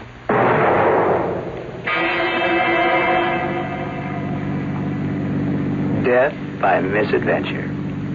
Now, that's what I'd call a perfect description. Well, how can you sound so happy about it? Why should I be unhappy? Tommy, the man is dead. He died a horrible death. Died doing what he wanted to do. What more can a man ask? No, you know the real truth. He died because of me. Because I gave him the kiss of death. No, don't say things like that. But it's true. It's absolutely true. I gave him his final kiss, and I passed the wrong key from my lips to his. You don't have to worry about that. You said the police never found the key to the handcuffs. No, they never found the key. They can't trace his death to me. Well, then you're safe. Safe? Is that what you call it? I killed him, Tommy. You paid him back for a lifetime of torture. He was never happier in his whole life. I never saw him so happy. He thought he was going to be so famous. Look, try to stop thinking about it so much. Do you think I slept a wink last night? All I could think about was the way that trunk looked when it slid into the lake with Joe inside of it. And the way we waited. Wanda, and then the trunk coming up all wet and slimy and Joe still inside. Oh, my God, Tommy, I never had a nightmare that bad in my life. And it was all true. Well, there's something else that's true. Joe Ferlini is being buried this morning. And that means you'll never have to worry about his mistreating you again. Yeah. I won't have to worry about living with Joe anymore. Now I'll have to worry about living with myself. You don't have to live by yourself. You've got me now, Wanda. Please, Tommy, not now. I can't listen to such talk now. Not on the way to the funeral.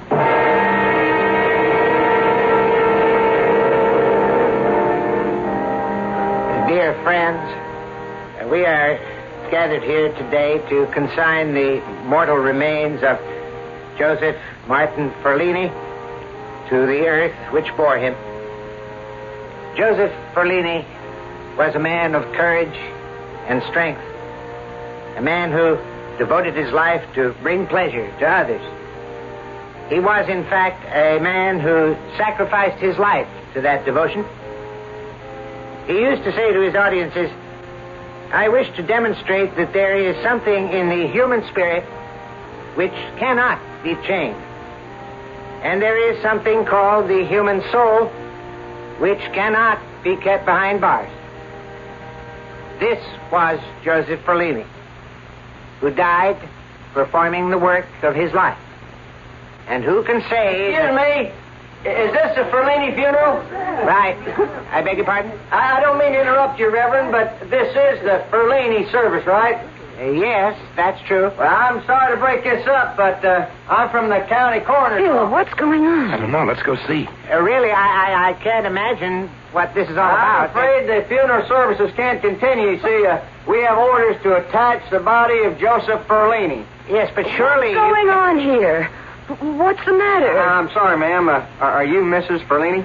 Yes? Why'd you stop the service? I have a court order. Now, the coroner is requesting a further examination of the remains. What? I'm afraid I'll have to open the coffin, Mrs. Ferlini. Open the coffin? You can't mean that. He's going to be buried. You can't open his coffin here. Come on, you can't get away with that. I don't have any choice. Now, there's a caretaker's cottage on the grounds, and we can use that for the examination. Would you gentlemen please pick up the coffin and follow me? Phil, don't let them do it. Hush, Wanda. It's all right. I'm sure it's just a formality. Please. The sooner we get this over with, the better.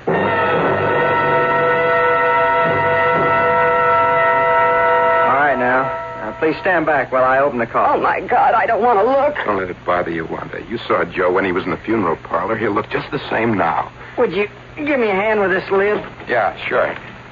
Whoa, whoa. It's empty. Dear Lord in heaven. What did you say? Don't look, Wanda. But he's gone. Well, how could he get out of his own coffin? Gone?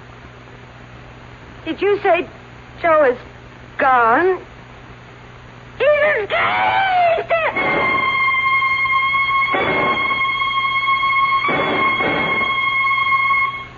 All right, Mr. Roscoe, let's hear the whole story from the beginning. Look, I'm really sorry about this, Lieutenant. It was just something I couldn't help.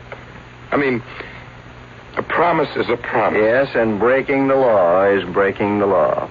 I'm not under arrest, am I? Well, we'll determine that after you tell me the truth. Well, you got to understand the way things are in my profession. Everything is showmanship. Everything. That's what my life has been for the past 30 years. Is that how long Ferlini was your client? Practically. In the early days, everything was different. Ballyhoo, crazy stunts, way out schemes for getting publicity. You know how it is. What about the missing body? Well, it was like a pact that I made with Joe. A pact? Yeah. That's the kind of guy he was. A showman to the end. And I really mean the end. Well, what was the deal? He made me promise him that if anything happened to him, if he died, that I would arrange for one last escape. Something that would make him remembered even longer than Houdini. Are you telling me this was all a cheap publicity stunt? No, it was a trick, Lieutenant. That's the word for it. I slipped the undertaker $100, and he arranged to have Ferlini buried someplace secretly. Then he put an empty coffin in the hearse with some slates in the bottom to give it weight. Oh, for love of Pete. Man from the coroner's office. He was a phony, too. It was an actor I hired so we could open the coffin right on the spot. You see what I mean? Showmanship. Yes, I see what you mean, all right. But I suppose you know what the effect of your showmanship has been. What do you mean? I'm talking about Mrs. Ferlini. Yeah, I feel rotten about that. But I couldn't tell her in advance, Lieutenant. Joe made me swear not to tell anyone. He wanted the mystery to last forever and ever. The last escape of Ferlini the Great. But considering what happened to Mrs. Ferlini, you had to tell the truth. Yeah, I had to. Tell me, how is she, Lieutenant? Where have you got her now? As a matter of fact, she's right next door. How's she doing? Look for yourself. Oh, my God. Wanda. She's completely out of her head, Mr. Roscoe. And she isn't the escape artist her husband was. She can't get out of that straitjacket.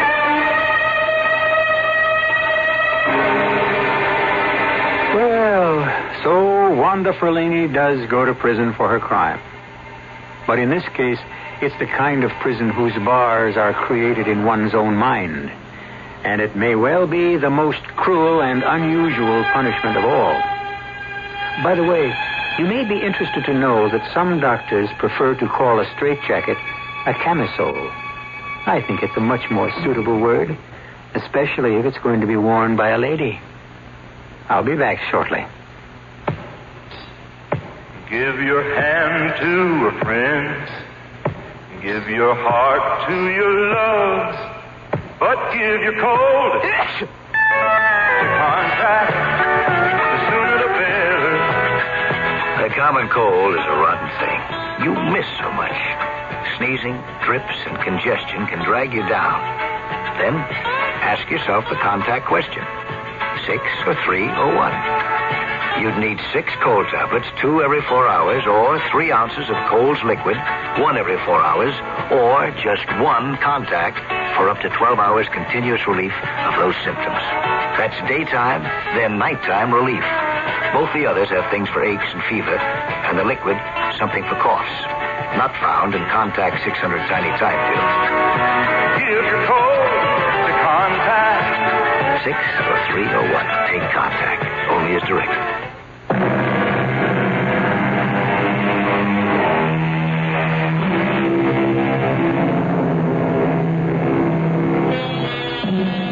It's really a pity that the days of Houdini and his like seem to be gone. However, we think Joe Ferlini was right. Everything does come back. And we can probably look forward to seeing a whole new generation of escape artists, magicians, and illusionists. In fact, you're enjoying one of the greatest illusionists of all time right this minute. It's called radio. Our cast included Robert Dryden, Joan Lovejoy, Joseph Julian, Russell Horton, and Bob Caliban. The entire production was under the direction of Hyman Brown. Now, a preview of our next tale. You mean she felt that guilty about what had happened? Guilty enough to seek punishment for herself. And she did. She punished herself by losing the use of her legs. And so your treatment was able to cure her? Yes, I'm happy to say. It couldn't cure me. See, I didn't lose use of my hands for any kind of reason like that. I mean, it's just some sort of nerve damage. Well, if that's the diagnosis of your physician, that it's purely physical and incurable. But I didn't say that. See, I mean, my doctor has never used the word incurable. I have been hoping for years that it would just heal itself. I can't go on living like this. I want my hands back. Oh, dear God, I want my hands. Radio Mystery Theater was sponsored in part by Contact, the 12-hour cold capsule. This is E.G. Marshall inviting you to return to our Mystery Theater for another adventure in the macabre. Until next time, pleasant dreams.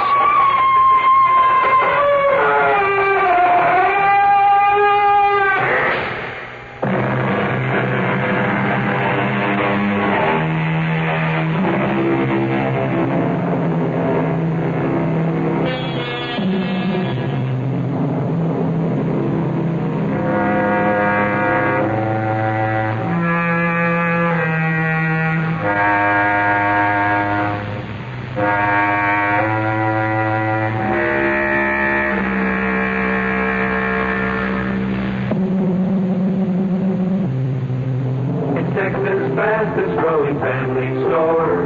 Families who know shop Myers. Reap tremendous savings this week during Myers' 20% off sale. House shoes and western boots for all the family. Ladies' sweaters and sweater coats, a famous group of men's dress.